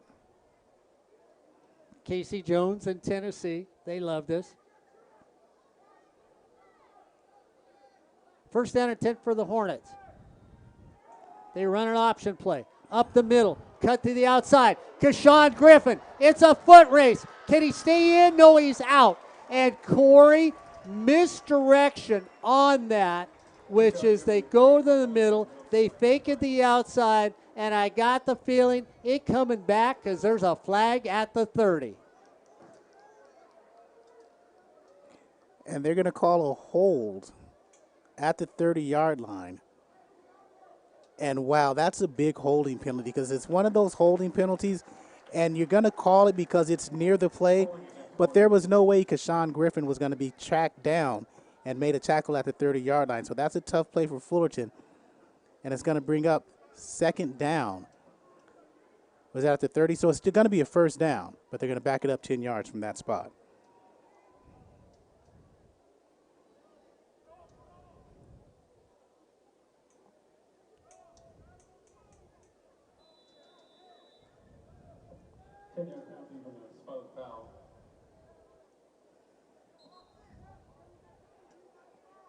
So it's first down and 7 at the 41. Little grab, and there was a receiver that was grabbed before the ball got there. No flag, no penalty on the play. Trey Edwards back in at quarterback. Yeah, Carson El-Masri had his hands on the ball. Could have made that catch. And I don't think it was pass interference, Mark. I think it was just there at the same time. Still a catchable ball. Second down and 7. Edwards now in at quarterback. Brandon Rankins, the running back. Keshawn Griffin comes to the near sideline in the slot. Big second down and 7. Griffin goes in motion from right to left. Here comes the pressure. Throwing to the flat, and there's a flag because hands were all over the receiver, and he was never allowed to run his route.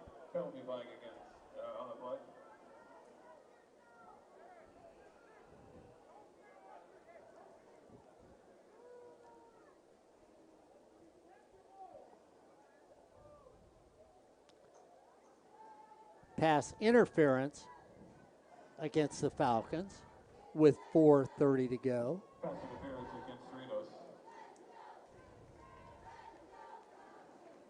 So that's going to move it down to the 26. But if you're a Falcon fan, the Hornets have been here a couple times already. First down for Fullerton at the 26. Edwards stays in a quarterback. Rankins goes to the left. First down and 10 for the Hornets at the 26. They get a jump. Free play. Throw over in the flat. Break a tackle. Stay on your feet. Get across the 10.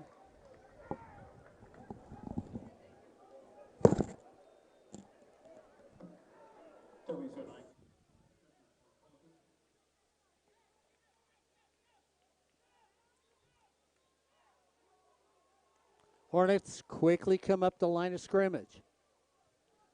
First and goal at the 8. Edwards moving the offense. They wind the clock. Edwards looking things over.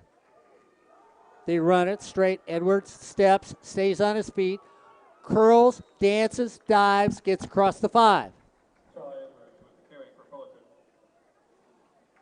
Second and goal, inside the 5. Let's mark him down at the 4. Change out the receivers.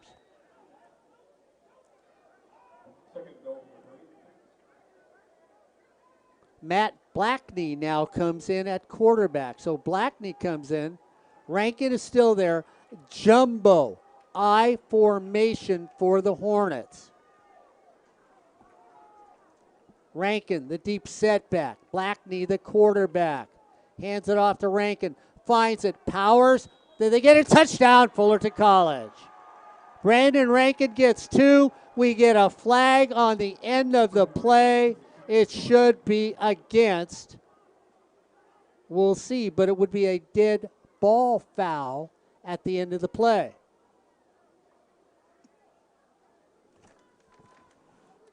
So The play was over. The touchdown scored.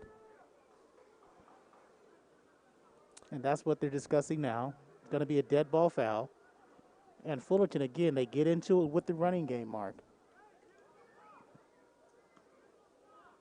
So that means this foul would be assessed, personal foul against them, should be assessed on the kickoff, which it will be. That's what the head coach for the Hornets take. So with 3:30 to go, the Hornets are within 1. It's getting a little chippy down there. The Falcons and the Hornets here on sports@usa.net. Ball is spotted. Good pickup. The kick is up. The kick is good. So with 3:30 to go, Joe and Corey have decided, well, let's rewind it again and start all over. It's the Hornets 14, the Falcons 14 here on sports@usa.net. Joe, Corey, and Corey, you said they went back to the running play. And something you sort of thought with Brandon Rankins that they should have gone to when they needed something that maybe was secure and for sure on the play. That's exactly what they did. Yeah, just calm the offense down a little bit. That big run by Kashawn Griffin really got the momentum back for their offense and that they can do something out there on the field.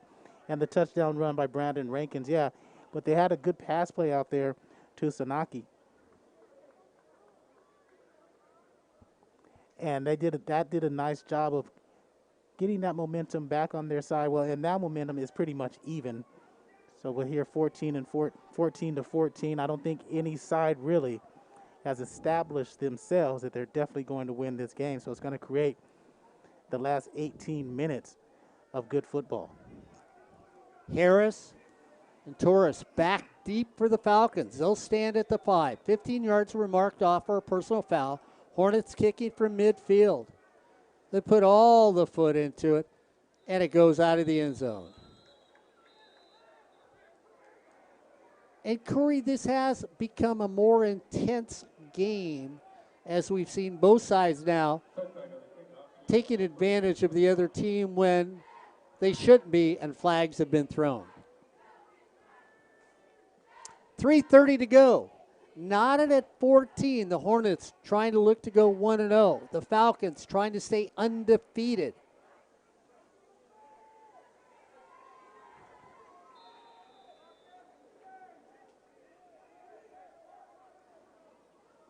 And they kept Simpson in the ball game at quarterback, Mark. Yeah, I saw that. Jordan Simpson comes back in, fakes it, looks to throw it in the fat. Then Jordan Simpson's going to run with it. Misses 1, misses 2. Jordan Simpson gets up to the 30. They call him down at the 33. Jordan Simpson, a freshman out of Gar High School.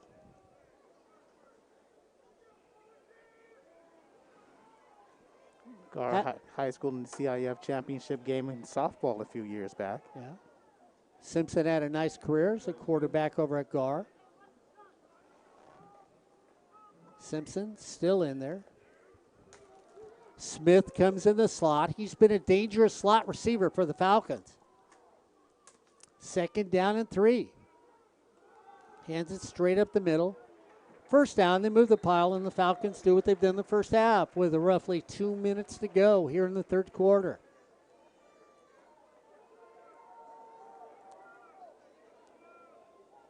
And you know, you look at somebody from this Falcon team, and you look at Devon Booth, who doesn't really look 200 pounds. I mean, he's 5'10". He doesn't look like he's 200 pounds from where we're at, but he runs like he's 250. Hornets creep up. Here they go. Throw it over in the flat. Should have been caught again by Smith. That's twice, Corey. He reaches down. He doesn't go down. He reaches down to catch the ball. And that's a poor throw, Mark. He's going away from the ball as he's reaching down backwards to his left foot on the right side. That's a tough catch. And and if he drops it, he drops it. Second down and 10 for the Falcons, right at the 39. And miscommunication by the near side corner and safety. So big second down play. Here comes the rush. Throw it over in the flat. Almost. Hands on it. Nice defensive play. And Corey, you just talked about it. Smith was wide open. That time, defense was there. Yeah, and that time Isaac Hurtado read the play coming out, made the adjustment, and ran with the backer. And he's that linebacker on the outside who makes that. As Smith and the near side corner, Jordan Wright, are talking that over. But Hurtado did a nice job. If it's a perfectly thrown ball, that is an interception. Cade McConnell comes back in the game at quarterback now. Third down and 10. McConnell back in a shotgun formation. Gets Smith to back up. Double pumps, and McConnell finally a sack. We talked about it all night long. The defense comes up with a Brian Crook sack. Is that their second of tonight, right? Their first of tonight here on sports@usa.net. 1:42 to go. Well, it's going to be a nail biter. Or if you're up here, maybe a potato cruncher here on sports@usa.net. High snap. It's blocked. Ball is picked up. Touchdown, Fullerton College. And Mark, you said it earlier, that's Kenyon St. Julian. They've been close on a punt block 2 to 3 times already. And this time, Phil Austin's special teams unit sells out, gets the block, and I couldn't quite catch who blocked it, but St. Julian picks it up and scores 6. It was a herd. It wasn't one guy, though. No. It was a herd that went after him. It could have been 2 people who blocked that punt.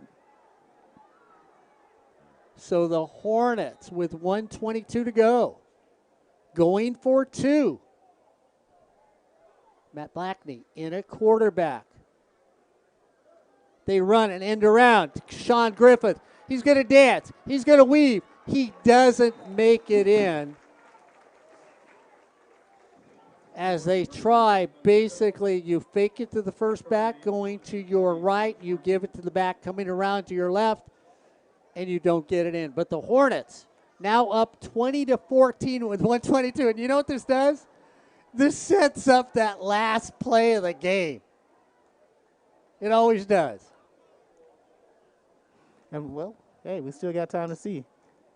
But, again, that missed field. Now, well, they didn't go for extra point. They went for 2. They went for 2. And you're right. Either way, they're setting up that last play of the game, whether the other team needs 6 and an extra point or the other team needs 6 and a 2-point conversion.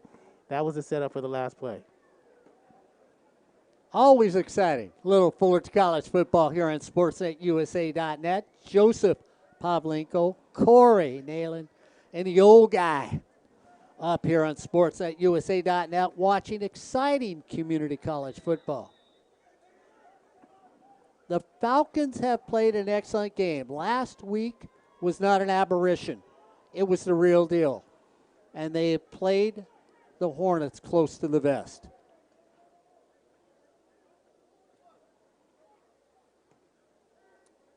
Little squibber down to the 20. They're going to let it roll out of bounds.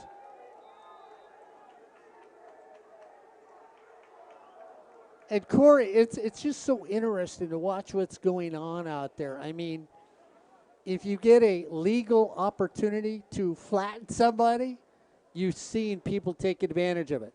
So because the ball goes out of bounds, they're going to spot it at the 35. It will be first down and 10 with 1:22 to go here in the third quarter.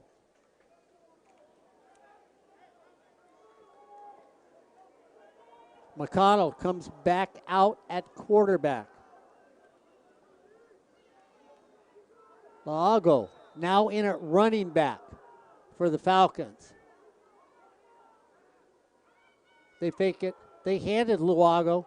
Gets hit by 1, gets hit by 3, gets across the line of scrimmage. Should have been dropped for a 3-yard loss. Picks up 2 yards on the play. Yeah, Samaniego Mott had him wrapped up in the backfield, but Luago again showed much strength out there, sheds him, and that's a big shed to get out there to pick up for 3 yards.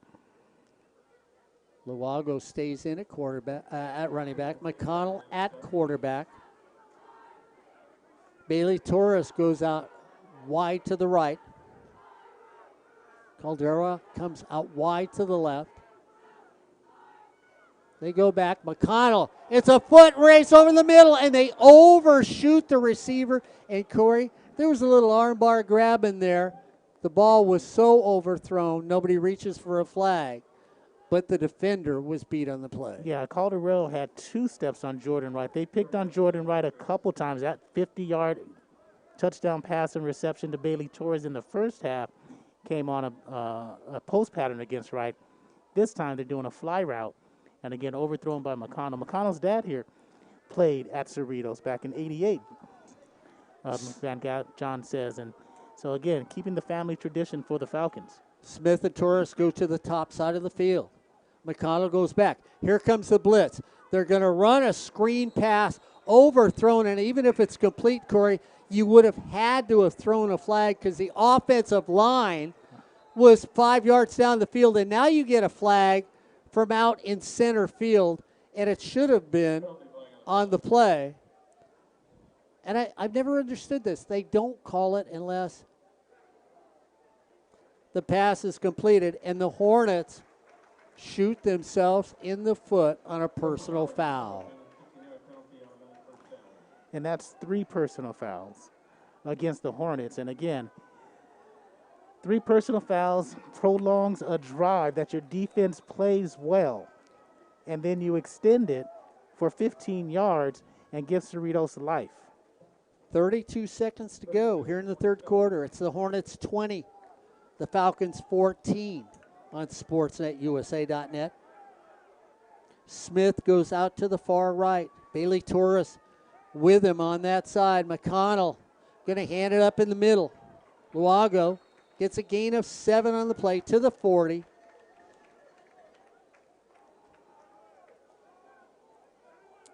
So it's going to be a 2nd down and 3. And we said this was going to be a nail biter. The Hornets are up by 6 as we click down to the last 10 seconds of this quarter. They come up quickly. See if they can get it off. McConnell looks out, shifts everybody around. We're down to 4, 3, 2, 1. They don't get it away. And so as we come to the end of 3 quarters, well, guys, it's going to be exciting because it's the Hornets 20, the Falcons 14 here on SportsNetUSA.net. We're back next week, Chappelle Stadium on SportsNetUSA.net. Check the athletic web page to see if fans will be allowed at the game. And you can find out, you can actually call the athletic department and ask them if fans will be allowed to the outdoor activities. I think they're going to let fans come, but please check with the athletic department to make sure. And we'll be there, SportsNetUSA.net, bringing you that game. The Hornets decided to make it, well, edgy, exciting, breathtaking, stress-taking. They need to realize I came up to the booth with 2 old guys. They got to carry all the equipment down the booth, which is going to make them older. If it wasn't fragile, we'd definitely be sliding down those stairs. Oh, hey, tiny little parachutes just go out the window. Oh, you know, I love Joe. He'd grab a camera and he's going to paraglide across the field. Here on SportsNetUSA.net. McConnell stays in at quarterback.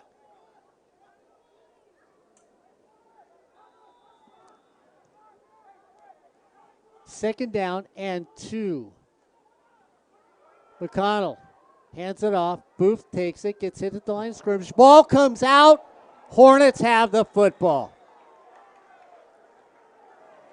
Jordan Wright comes up with the fumble. Samaniego Mott was there. Troy McDonald was also there. Jalen Early. And either one of those players could have stripped it. And again, Wright comes up with the fumble. And Fullerton now, that defense once more makes up and atones for that 15-yard penalty. And so I've got to ask you, what's the difference in the first and second half on the defense? What do you mean? In other words, is the scheme different, or do you just think the effort is different? No, I think the defense played well in the first half. Okay. I just think there were a couple plays that got loose on them, but overall they played well. They only gave up 153 yards in that first half of play. Empty backfield for the Hornets, a different look that we've seen. Here comes the blitz.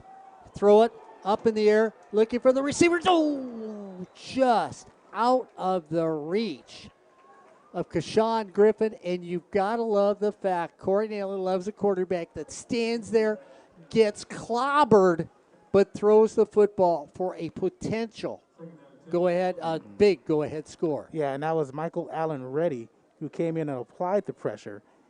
And Goblin, he stayed in there, took that hit, didn't get a chance to step into it, because if he steps into it, he had the man streaking. Goblin in at quarterback. Garnett Davis, throw it out in the flat. Missed on one, stays on the feet. Should be enough for a first down. It is. And the Hornets move it. And Goblin, give it to him. He has gotten whacked, Corey. He's gotten sacked tonight. Has played tough football as we get somebody down in the field with 14:34 to go here in the fourth quarter. Going to take a little time out as one of the Falcon players is down on the field here on Sportsnet, USA.net. Golden West 24, Palomar 3 in the fourth quarter, 14:31 remaining in that one. Riverside in the third, 21-6 over Long Beach still. El Camino and Bakersfield. El Camino got a 2-run double. They've got 2 runs. Bakersfield, a grand slam, another 3-run home run, and a 3 RBI double. They've got 10. 10-2 over El Camino is Bakersfield. Canyons 38-10 at halftime over Southwestern. Citrus was beating the College of the Desert in the third quarter, 42-24. Compton at halftime, 18. Santa Monica, 17. Wow. At the half. Allen Hancock has come back on San Bernardino Valley in the third quarter, 21. Oh, and San Bernardino Valley just scores a touchdown. So now they're up 26-21. It was 21-20, pending extra point. East Los Angeles, another touchdown. I think Dan's good luck for East LA. Score is? 28-7 over Chaffee. I think Dan is. Besides calling a great game, Yeah. he's brought him luck. Chaffee and East LA bumped up a level this year. And Allen Hancock, all three of those teams bumped up a level. OCC, and was it Grossmont who bumped down, and one more team dropped down from the National Division to the American Division. Let's see, Antelope Valley, 21-10 over Victor Valley. Pasadena, 42. LA Valley, 18. Wow. Galvin goes back off the corner, throws where the corner vacated, and gets a gain of 7 on the play. And you like the fact that he finds Garnett Davis, who when the corner comes out, they vacate, goes into where he was. And there's a penalty on, they're going to get James Griffin. Also, Dave Robinson, the defensive end, straight up the field. They're not collapsing like they did in the first half. Isaac Hurtado, the outside linebacker, is going with the out route, that back coming out of the backfield, and the slot wide receiver who's coming out. First half, that was open. Now they've got that covered. Third down and 12. 11:25 to go. The Hornets holding on to a precarious 6-point lead. McConnell goes back. Here comes the pressure. Gets the protection. Throws on the outside. Smith has 3 passes in this game. You're going to say 2. But that pass, again, was one that he should have caught. Yeah, that one should have been caught by Smith. I mean, that caught both of his hands in stride. That was one of those catchable passes. So, Kashawn Griffin, the man Corey Neyland has talked about as, if you give him the right kick at the right time, can give you that great field position or the touchdown. Justin Manyweather comes to mind. Key on. Pressure up the middle. Shank shot again. If you're the Hornets, you have to watch so it doesn't hit you. Ball bounces back, gets touched at the 39-yard line. And that's where the Hornets are going to start. And now, Corey, this is a thing. We've seen good field position, good field position, good field position. The Hornets have not been able to come out with the knockout punch. Mark, they haven't come out with a jab, okay? They really need to get this out. They need a touchdown here because, yeah, they've been in field position at the 32, at the 44, yet they haven't been able to land a punch. They got one touchdown in the third quarter, but again, they had two opportunities. Galban comes out at quarterback. Once again for the Hornets. Jordan Smith out wide to the left.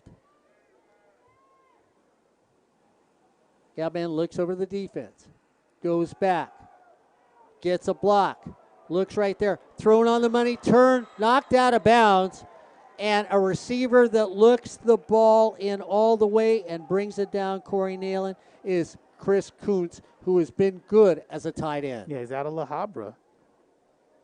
So you know he has football pedigree. They said he was knocked out at the 10. It's first and goal at the 10.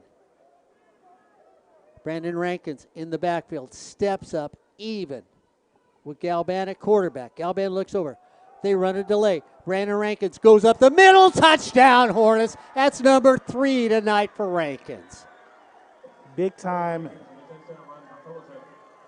So it's just straight handoff, not even a trap play, just a simple dive play. Delay dive, get up the middle, cut through that O hole, and he scores 6. Good offensive line work.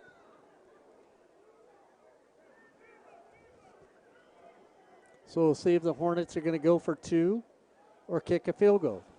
Looks like, Corey, are they going to line up for 2? Yeah, they're going to go for 2 because they missed that earlier 2-point conversion on the reverse.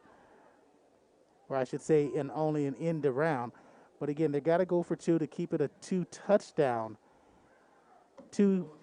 and extra points from scoring. 10:33 to go. It's the Hornets 26. The Falcons 14 on sportsnetusa.net. If you're sitting around tomorrow and you're wondering what to do while you're cleaning the house, and you just go, I'm tired of television. I don't want to watch TV anymore. And you hate your CDs or maybe what you've got at home that you listen to on one of those weird little places that you buy music. Well, then go to 90.1 KBPK. Best music, best sound, KBPK 90.1. That's right. Joe, Ryan, over at Fullerton College. Make sure you go to 90.1 KBPK. Fullerton comes out and decides now they will go for that extra point.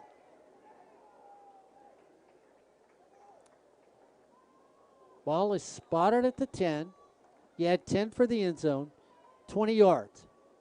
Ball is spotted, kick is up, and the kick is good.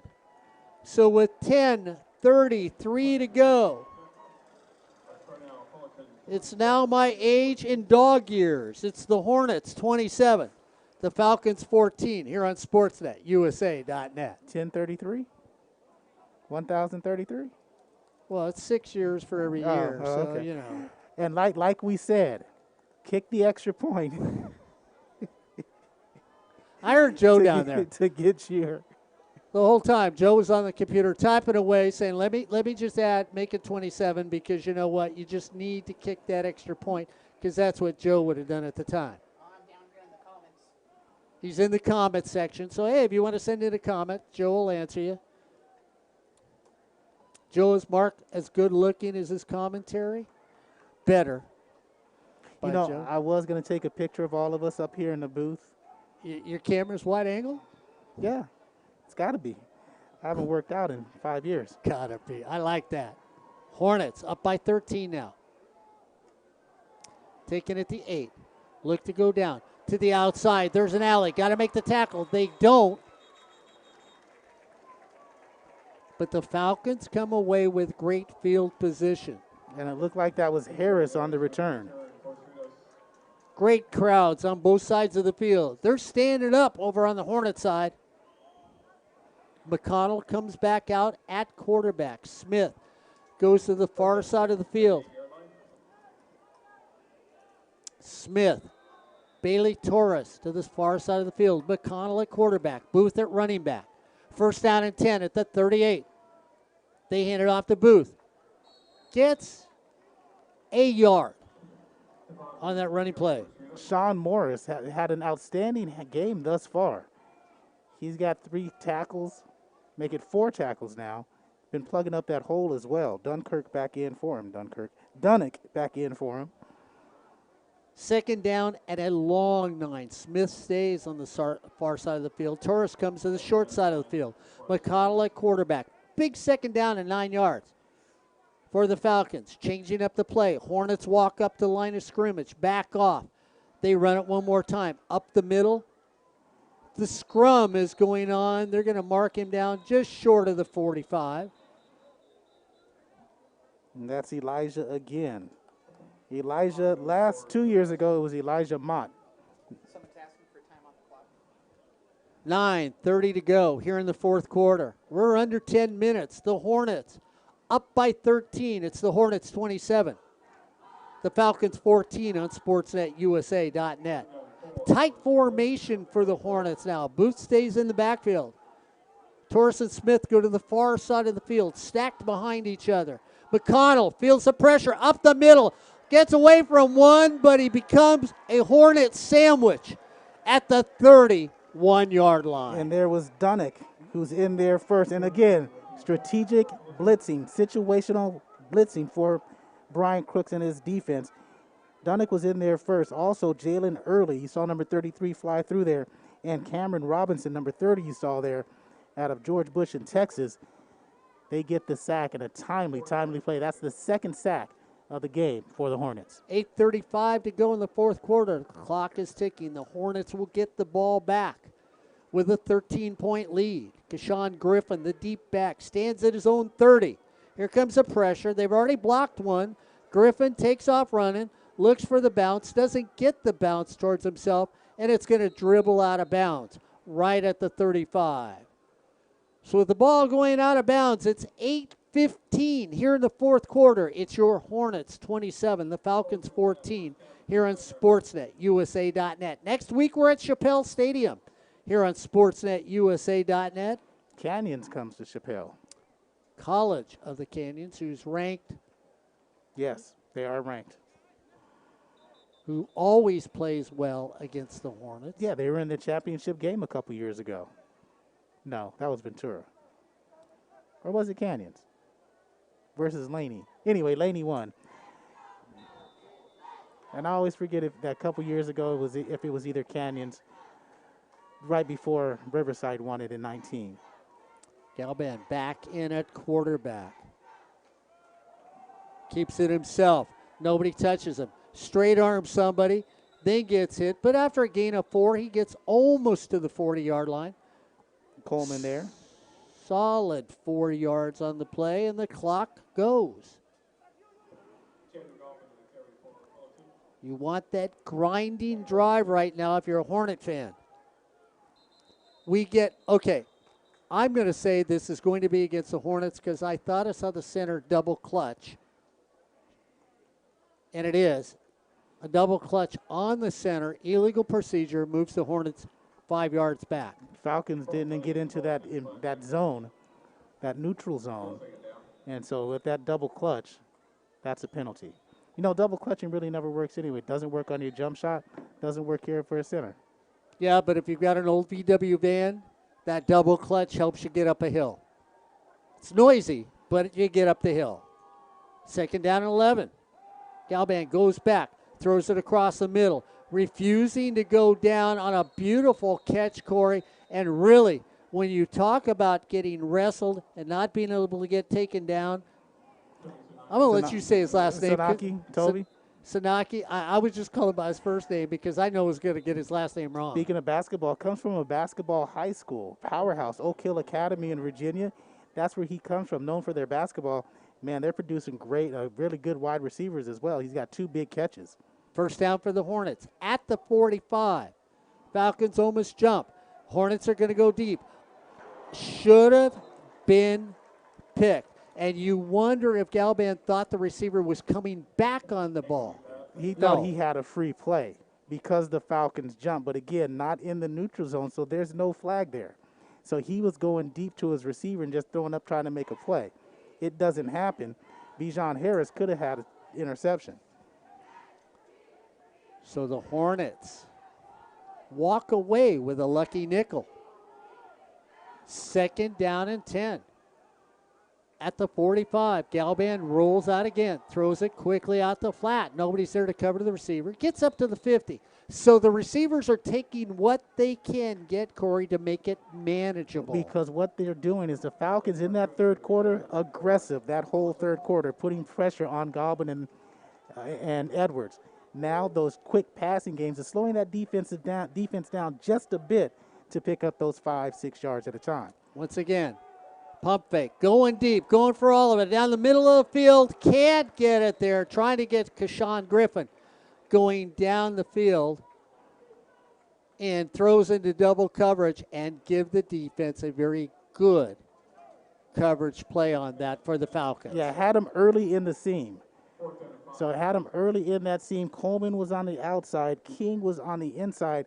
Griffin about 10 yards down the field, 10 to 15-yard range. He was open. He had a catch. Again, Goblin a little bit hesitant on that throw. Threw it late into double coverage. So it brings up a fourth down with 6:35 to go here in the fourth quarter. The Hornets up by 13. Here comes the pressure. Spiral taken right there at the 10, and you've got to love the fact that you get a good kick. Your defense is playing good. It'll be first down and 10 for the Falcons, who need to make a 90-yard march to get close and then hope for a little luck along the way here on SportsNetUSA.net. 6:28 to go in the fourth quarter. The defense has stepped up. They've given up 14 points in that first half. They have not given up anything in the second half so far. Brian Crooks changes the little nuances in his defense, and it's paid off in this game. McConnell throws it over to the flat. Gain of 10 on the play. So we'll see if the Falcons pick up the offensive pace. So Torres catches that one. Bailey Torres has been busy tonight as a receiver, him and Smith. Smith has had a couple that have rolled off his fingertips. 6:12 to go. The clock winds. First down and 10 at the 20. Torres comes to the near side of the field. Smith is in the slot next to him. First down and 10. They run it up the middle. Gain of 2. So they tried to catch the Hornets. Devon Booth makes a nice little run there up the middle, trying to get the Hornets on a blitzing play or a crossing play with their defensive line, leaving a gap open. Smith comes out to the right, the short side of the field. Torres goes out to the far side of the field. Second down and 7 for McConnell. He goes back. He's going to throw it over to this side of the field. Gain right to the 30. So it brings up a third down with 5:19 to go. We're going to get timeout as one of the Hornets is down on the ground.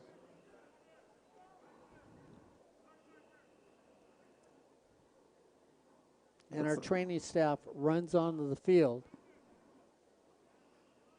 to see how he is. So with 5:19 to go, it's the Hornets 27, the Falcons 14. And Brandon Rankins has really been, I guess you would say, the stalwart because he's got 3 touchdowns tonight. I mean, when they've needed it, or do you not give him that much love? He's got 3 touchdowns. He's played a solid game for his first game in 2 years.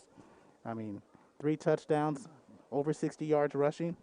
That's a good first game back.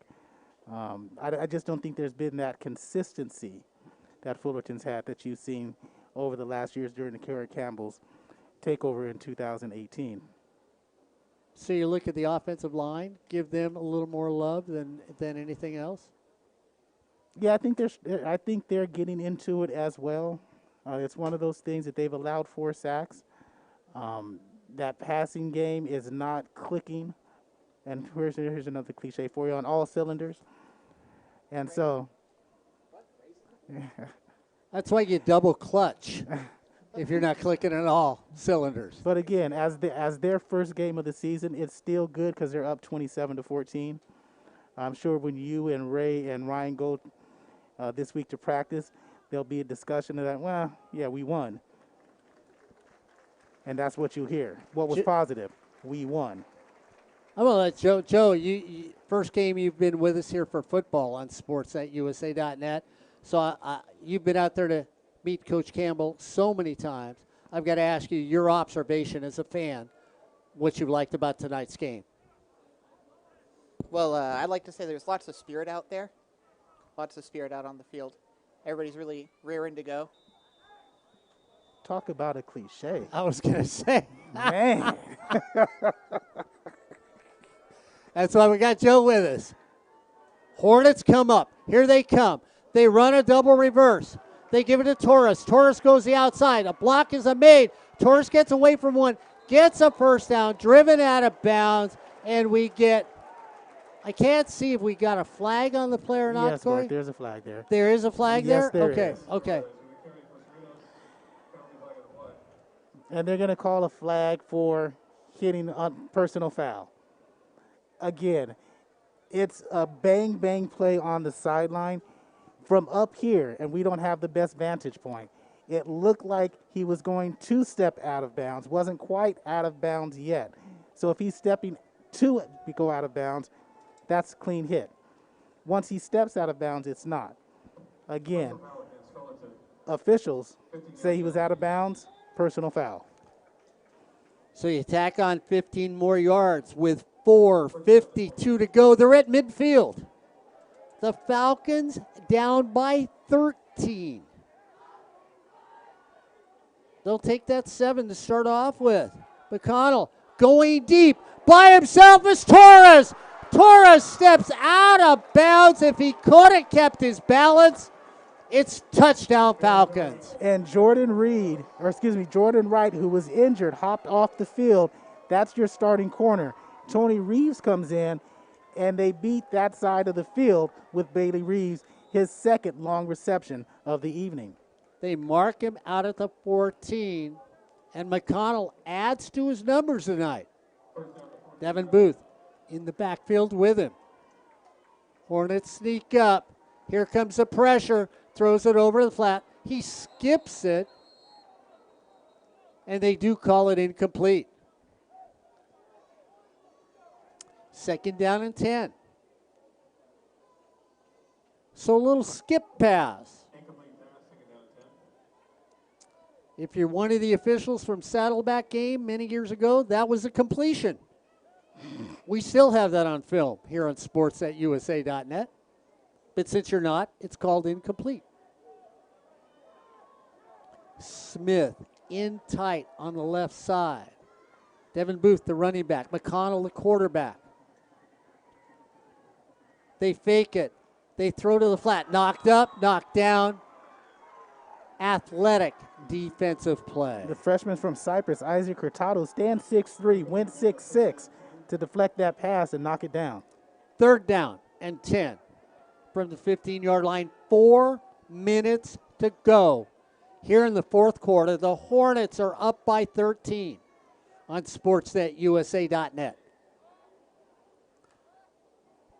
Big play with 4 minutes to go here in the fourth quarter. Flores off the hip of a receiver. McConnell goes back, has time. Here it comes. Flag, that's coming back. 2 flags on the play. Holding against the Falcons, and then could be another one, so it just could be a redo. And it looks like they're going to get holding on the Falcons and a push on the Hornets as they were crossing. Torres was crossing along with Luca Caldarella. And I thought they were going to call a pick play at the 5-yard line, 5 to 7 yard line, but they're probably going to call illegal use of the hands on the Hornets. So here we go. We'll get the call. Holding against the Falcons. That's declined. Pass interference, and Corey Neyland, you got your call. So explain the pick play. That's what he just yelled. They ran a pick route, is what he yelled down on the field. Yeah, so what the people in the 70s and 80s called it, they called it a crossing pattern. And so a crossing pattern is when you take one wide receiver on the left side, the other wide receiver on the right side, and you cross them about 7 yards down the field. What the Falcons did is they crossed the receivers, but Calderella came up and hit a Fullerton Hornet player, impeding, and not just impeding, stopping his progress from following Torres. And that's why he got so wide open, and that's the call. I love the fact because the official yelled it out to the sidelines. And I just wanted to reconfirm Corey was absolutely right. Big third down and about 22. McConnell goes back. He's got to get something there. One missed tackle, shake and bake, get back up to the 20. It gives you a workable fourth down for the end zone. We're under 4 minutes. So if you're a Falcon fan, you've got to hurry up and get it in the end zone and figure out a way to get the ball back. If you're a Hornet fan, which we know everybody is here on sports@usa.net, this is the play of the game. You stop them, you should win this football game. Fourth down, 15 at the 20. McConnell at quarterback. The Hornets are coming with 3. There's a rush. McConnell's got a tap. He gets hit. It's overthrown. The defense makes an excellent stop. And so now, with 3 minutes to go and 13-point lead on the clock, those at home and across the way are sort of feeling that maybe game 1 is victory number 1 here on sportsnet.usa.net. Yes. But you like what Brian Crooks did? He goes to a zone in that play. I mean, he didn't drop back and play a prevent defense type of zone. He came back. Rush still got there, but the zone was pretty aggressive in finding their man and making sure they don't get any open looks. And that's exactly what happened. As the Falcons were going for 6. Brandon Rankin comes back in at running back.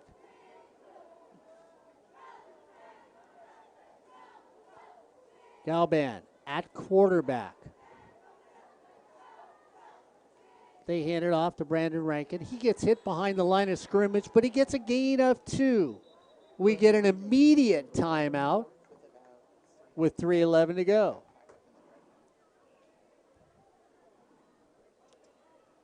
So the Hornets will gather on their side of the field. 3:11 to go. It's the Hornets 27, the Falcons 14. Brandon Rankins has 3 touchdowns tonight for the Hornets. And the Hornets special team, Corey, really, when you talk about a game-changing play, when that Hurd came in and blocked the punt, it just sort of changed that old adage, momentum. You sort of felt like, wow, maybe this is a different game. And then give it to the defense, whatever change they made. McConnell has not been able to stand there all day long and just throw the football. Well, that's what special teams does. I mean, special teams really, if when they do well, it changes your game for the better. And that's exactly what it did. So it's going to be a 2nd down and 8. 3:11 to go in the fourth quarter. The Hornets up by 13. 2 timeouts left for the Falcons, 2 timeouts left for the Hornets here in the fourth quarter. I formation for the Hornets. Power football. Straight up the middle. Brandon Rankin steps over a fence. Gets to the 25. A quick timeout by the Falcons. They're down to 1 timeout left in this game.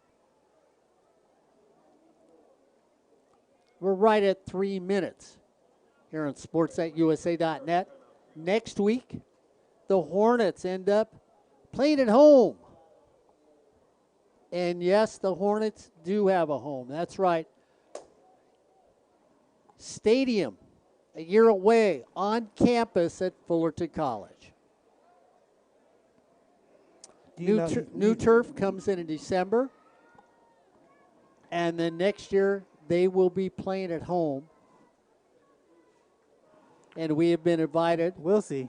We've been invited by our head coach to make sure that I will not believe that statement, Mark, until that first game is finished.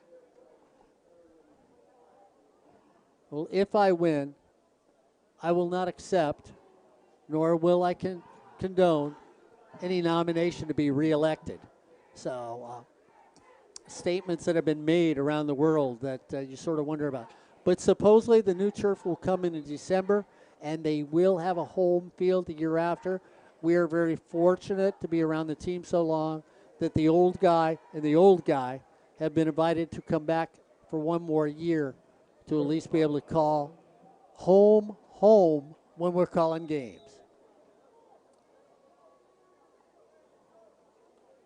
Straight dive up. Brandon Rankins keeps it again. Gets across. It's going to bring up a 4th down.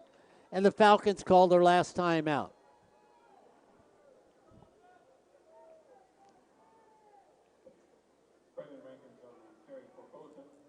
So the Hornets will come out and punt. Brandon Rankins. And that's the last timeout for the Falcons with 3 minutes to go. The Hornets have a 13-point lead. Good punt, solid defense. And the season could start on a very bright note for this Fullerton College team, which a lot of people say is talented, deep, and should do well this year. Yeah, and this will be their second win of the season, although the key to the county game. The what? The key to the county, the longest rivalry, I'm going to say, because I don't have my stat book in front of me, the longest continuous community college football rivalry in the nation was not played. Yeah, to no fault of Fullerton. Yeah, it was really a shame. I mean, you love rivalries, traditional rivalries too, Corey. I mean, it's a traditional rivalry. It goes all the way back to the Turkey Bowl when they actually used to play the game in November, and they would get crowds of 35,000 on Thanksgiving weekend to go see the key to the county game. Can you imagine calling a game with 35,000 fans out here? No. Well, if COVID was going on, Corey would not have shown up. Actually, if COVID was 2 years, then yes. But again, I'll take free masks. 3:01 to go. Medlock back deep. High punt. Catches it. Hornets are going to take him down right at the 43. No flags on the field. So we're under 3 minutes, 13 points, no timeouts for the Falcons. Brian Crooks and his crew will see if they can seal the deal for the Hornets' opening victory. Well, opening victory on the field.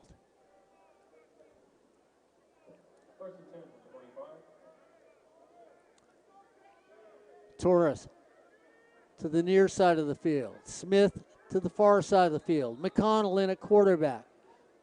Booth at running back. First down and 10 at the 45. High hike. And there's no place for anybody to go, as everybody was after that picnic basket that was on the field. Robinson, Samaniego, Mott. Again, we've called his name quite a bit tonight. Second down and 11. Loss of 1 on the play. 2:28 to go. Clock keeps running. No timeout. Here comes the pressure. Throws it quickly to Torres over the flat. They keep him in bounds, and he's short of a first down. Smart you play. Run the clock. Smart play. Way to keep him in bounds, Christian Cross. We're at 2 minutes. Third down and 2. Just across the 50. Run it to Booth. Booth gets a first down at the 40. The clock stops quickly to move the chains. As soon as the ball is set, they crank the clock. We're at 1:50 here in the fourth quarter.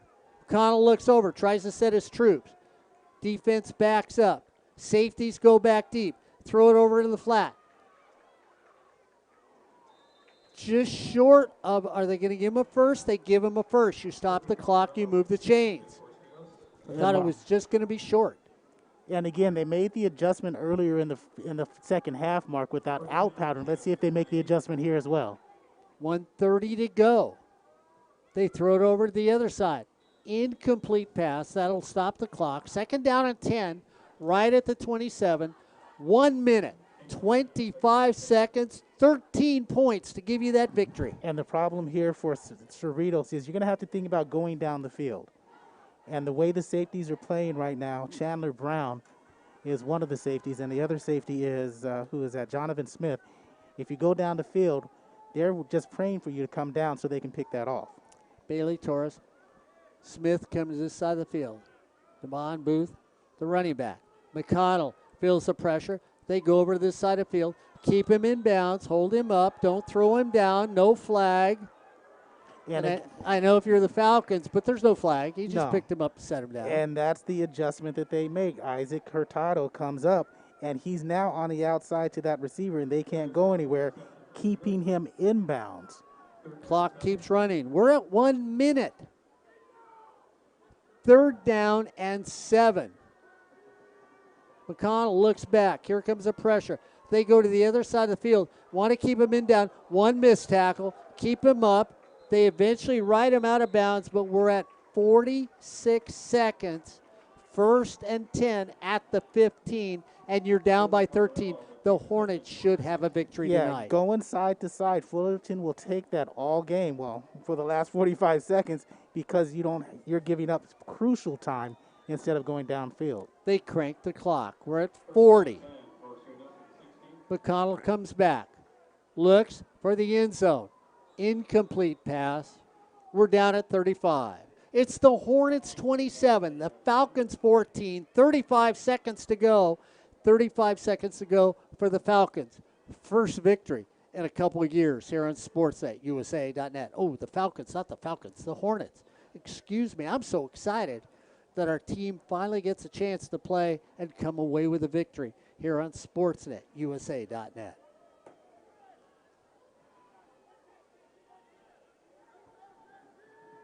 .35 seconds. Second down and 10. Right at the 15. McConnell looks for a running play. There's nothing there, Corey. They get taken down. The clock doesn't stop, and they're at 25 seconds. They're now at 20 seconds before they can hike the ball. McConnell trying to get it. They're under 20 seconds. Defensive backs are deep. They'll be short of the end zone. Incomplete pass. We're at 10 seconds, 13 points. Your Fullerton College Hornets should come away with a victory tonight here at Cerritos College Falcon Field on Sportsnet, USA.net. Joseph Pavlovich, Corey Neyland on the air tonight here on Sportsnet, USA.net. 10 seconds.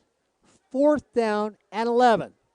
The Hornets creep up. Here they come. Pressure up the middle. Throw it across the field. Ball gets up. Interception.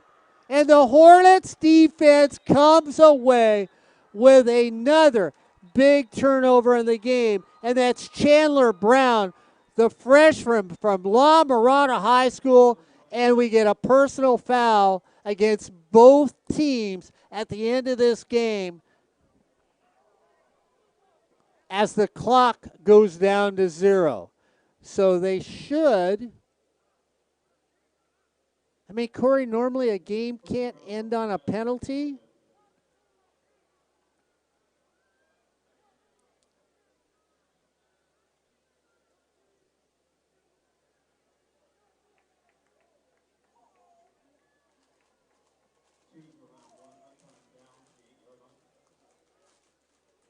So they're going to call a personal foul against the Hornets. I thought it was both ways. My mistake.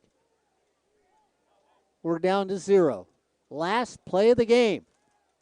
McConnell goes back. Here comes the pressure. They're going to put it on him again. Throw across the middle. Incomplete pass. No flag on the play. And the Hornets end up winning the game here at Cerritos College, 27-14. What an exciting first game of community college football here on SportsNetUSA.net. We want to thank everybody here at Cerritos College for the kindness they've showed us. And John Van Gaston, one of the nicest guys in the world that you could ever deal with as an SID. For our technical wizard, Joseph Pavlovich, well, he'll get the MVP in our booth here tonight. Corey Neyland, he'll get the I Can't Breathe award in the booth tonight. And for me, I just keep getting older, and older here on SportsNetUSA.net. But what brings me back with youth is your Hornets winning this game over the Falcons to start the season. The Hornets start with the first victory of the year here on SportsNetUSA.net. For Joe, Corey, and myself, this has been Mark bringing you Fullerton College football on SportsNetUSA.net.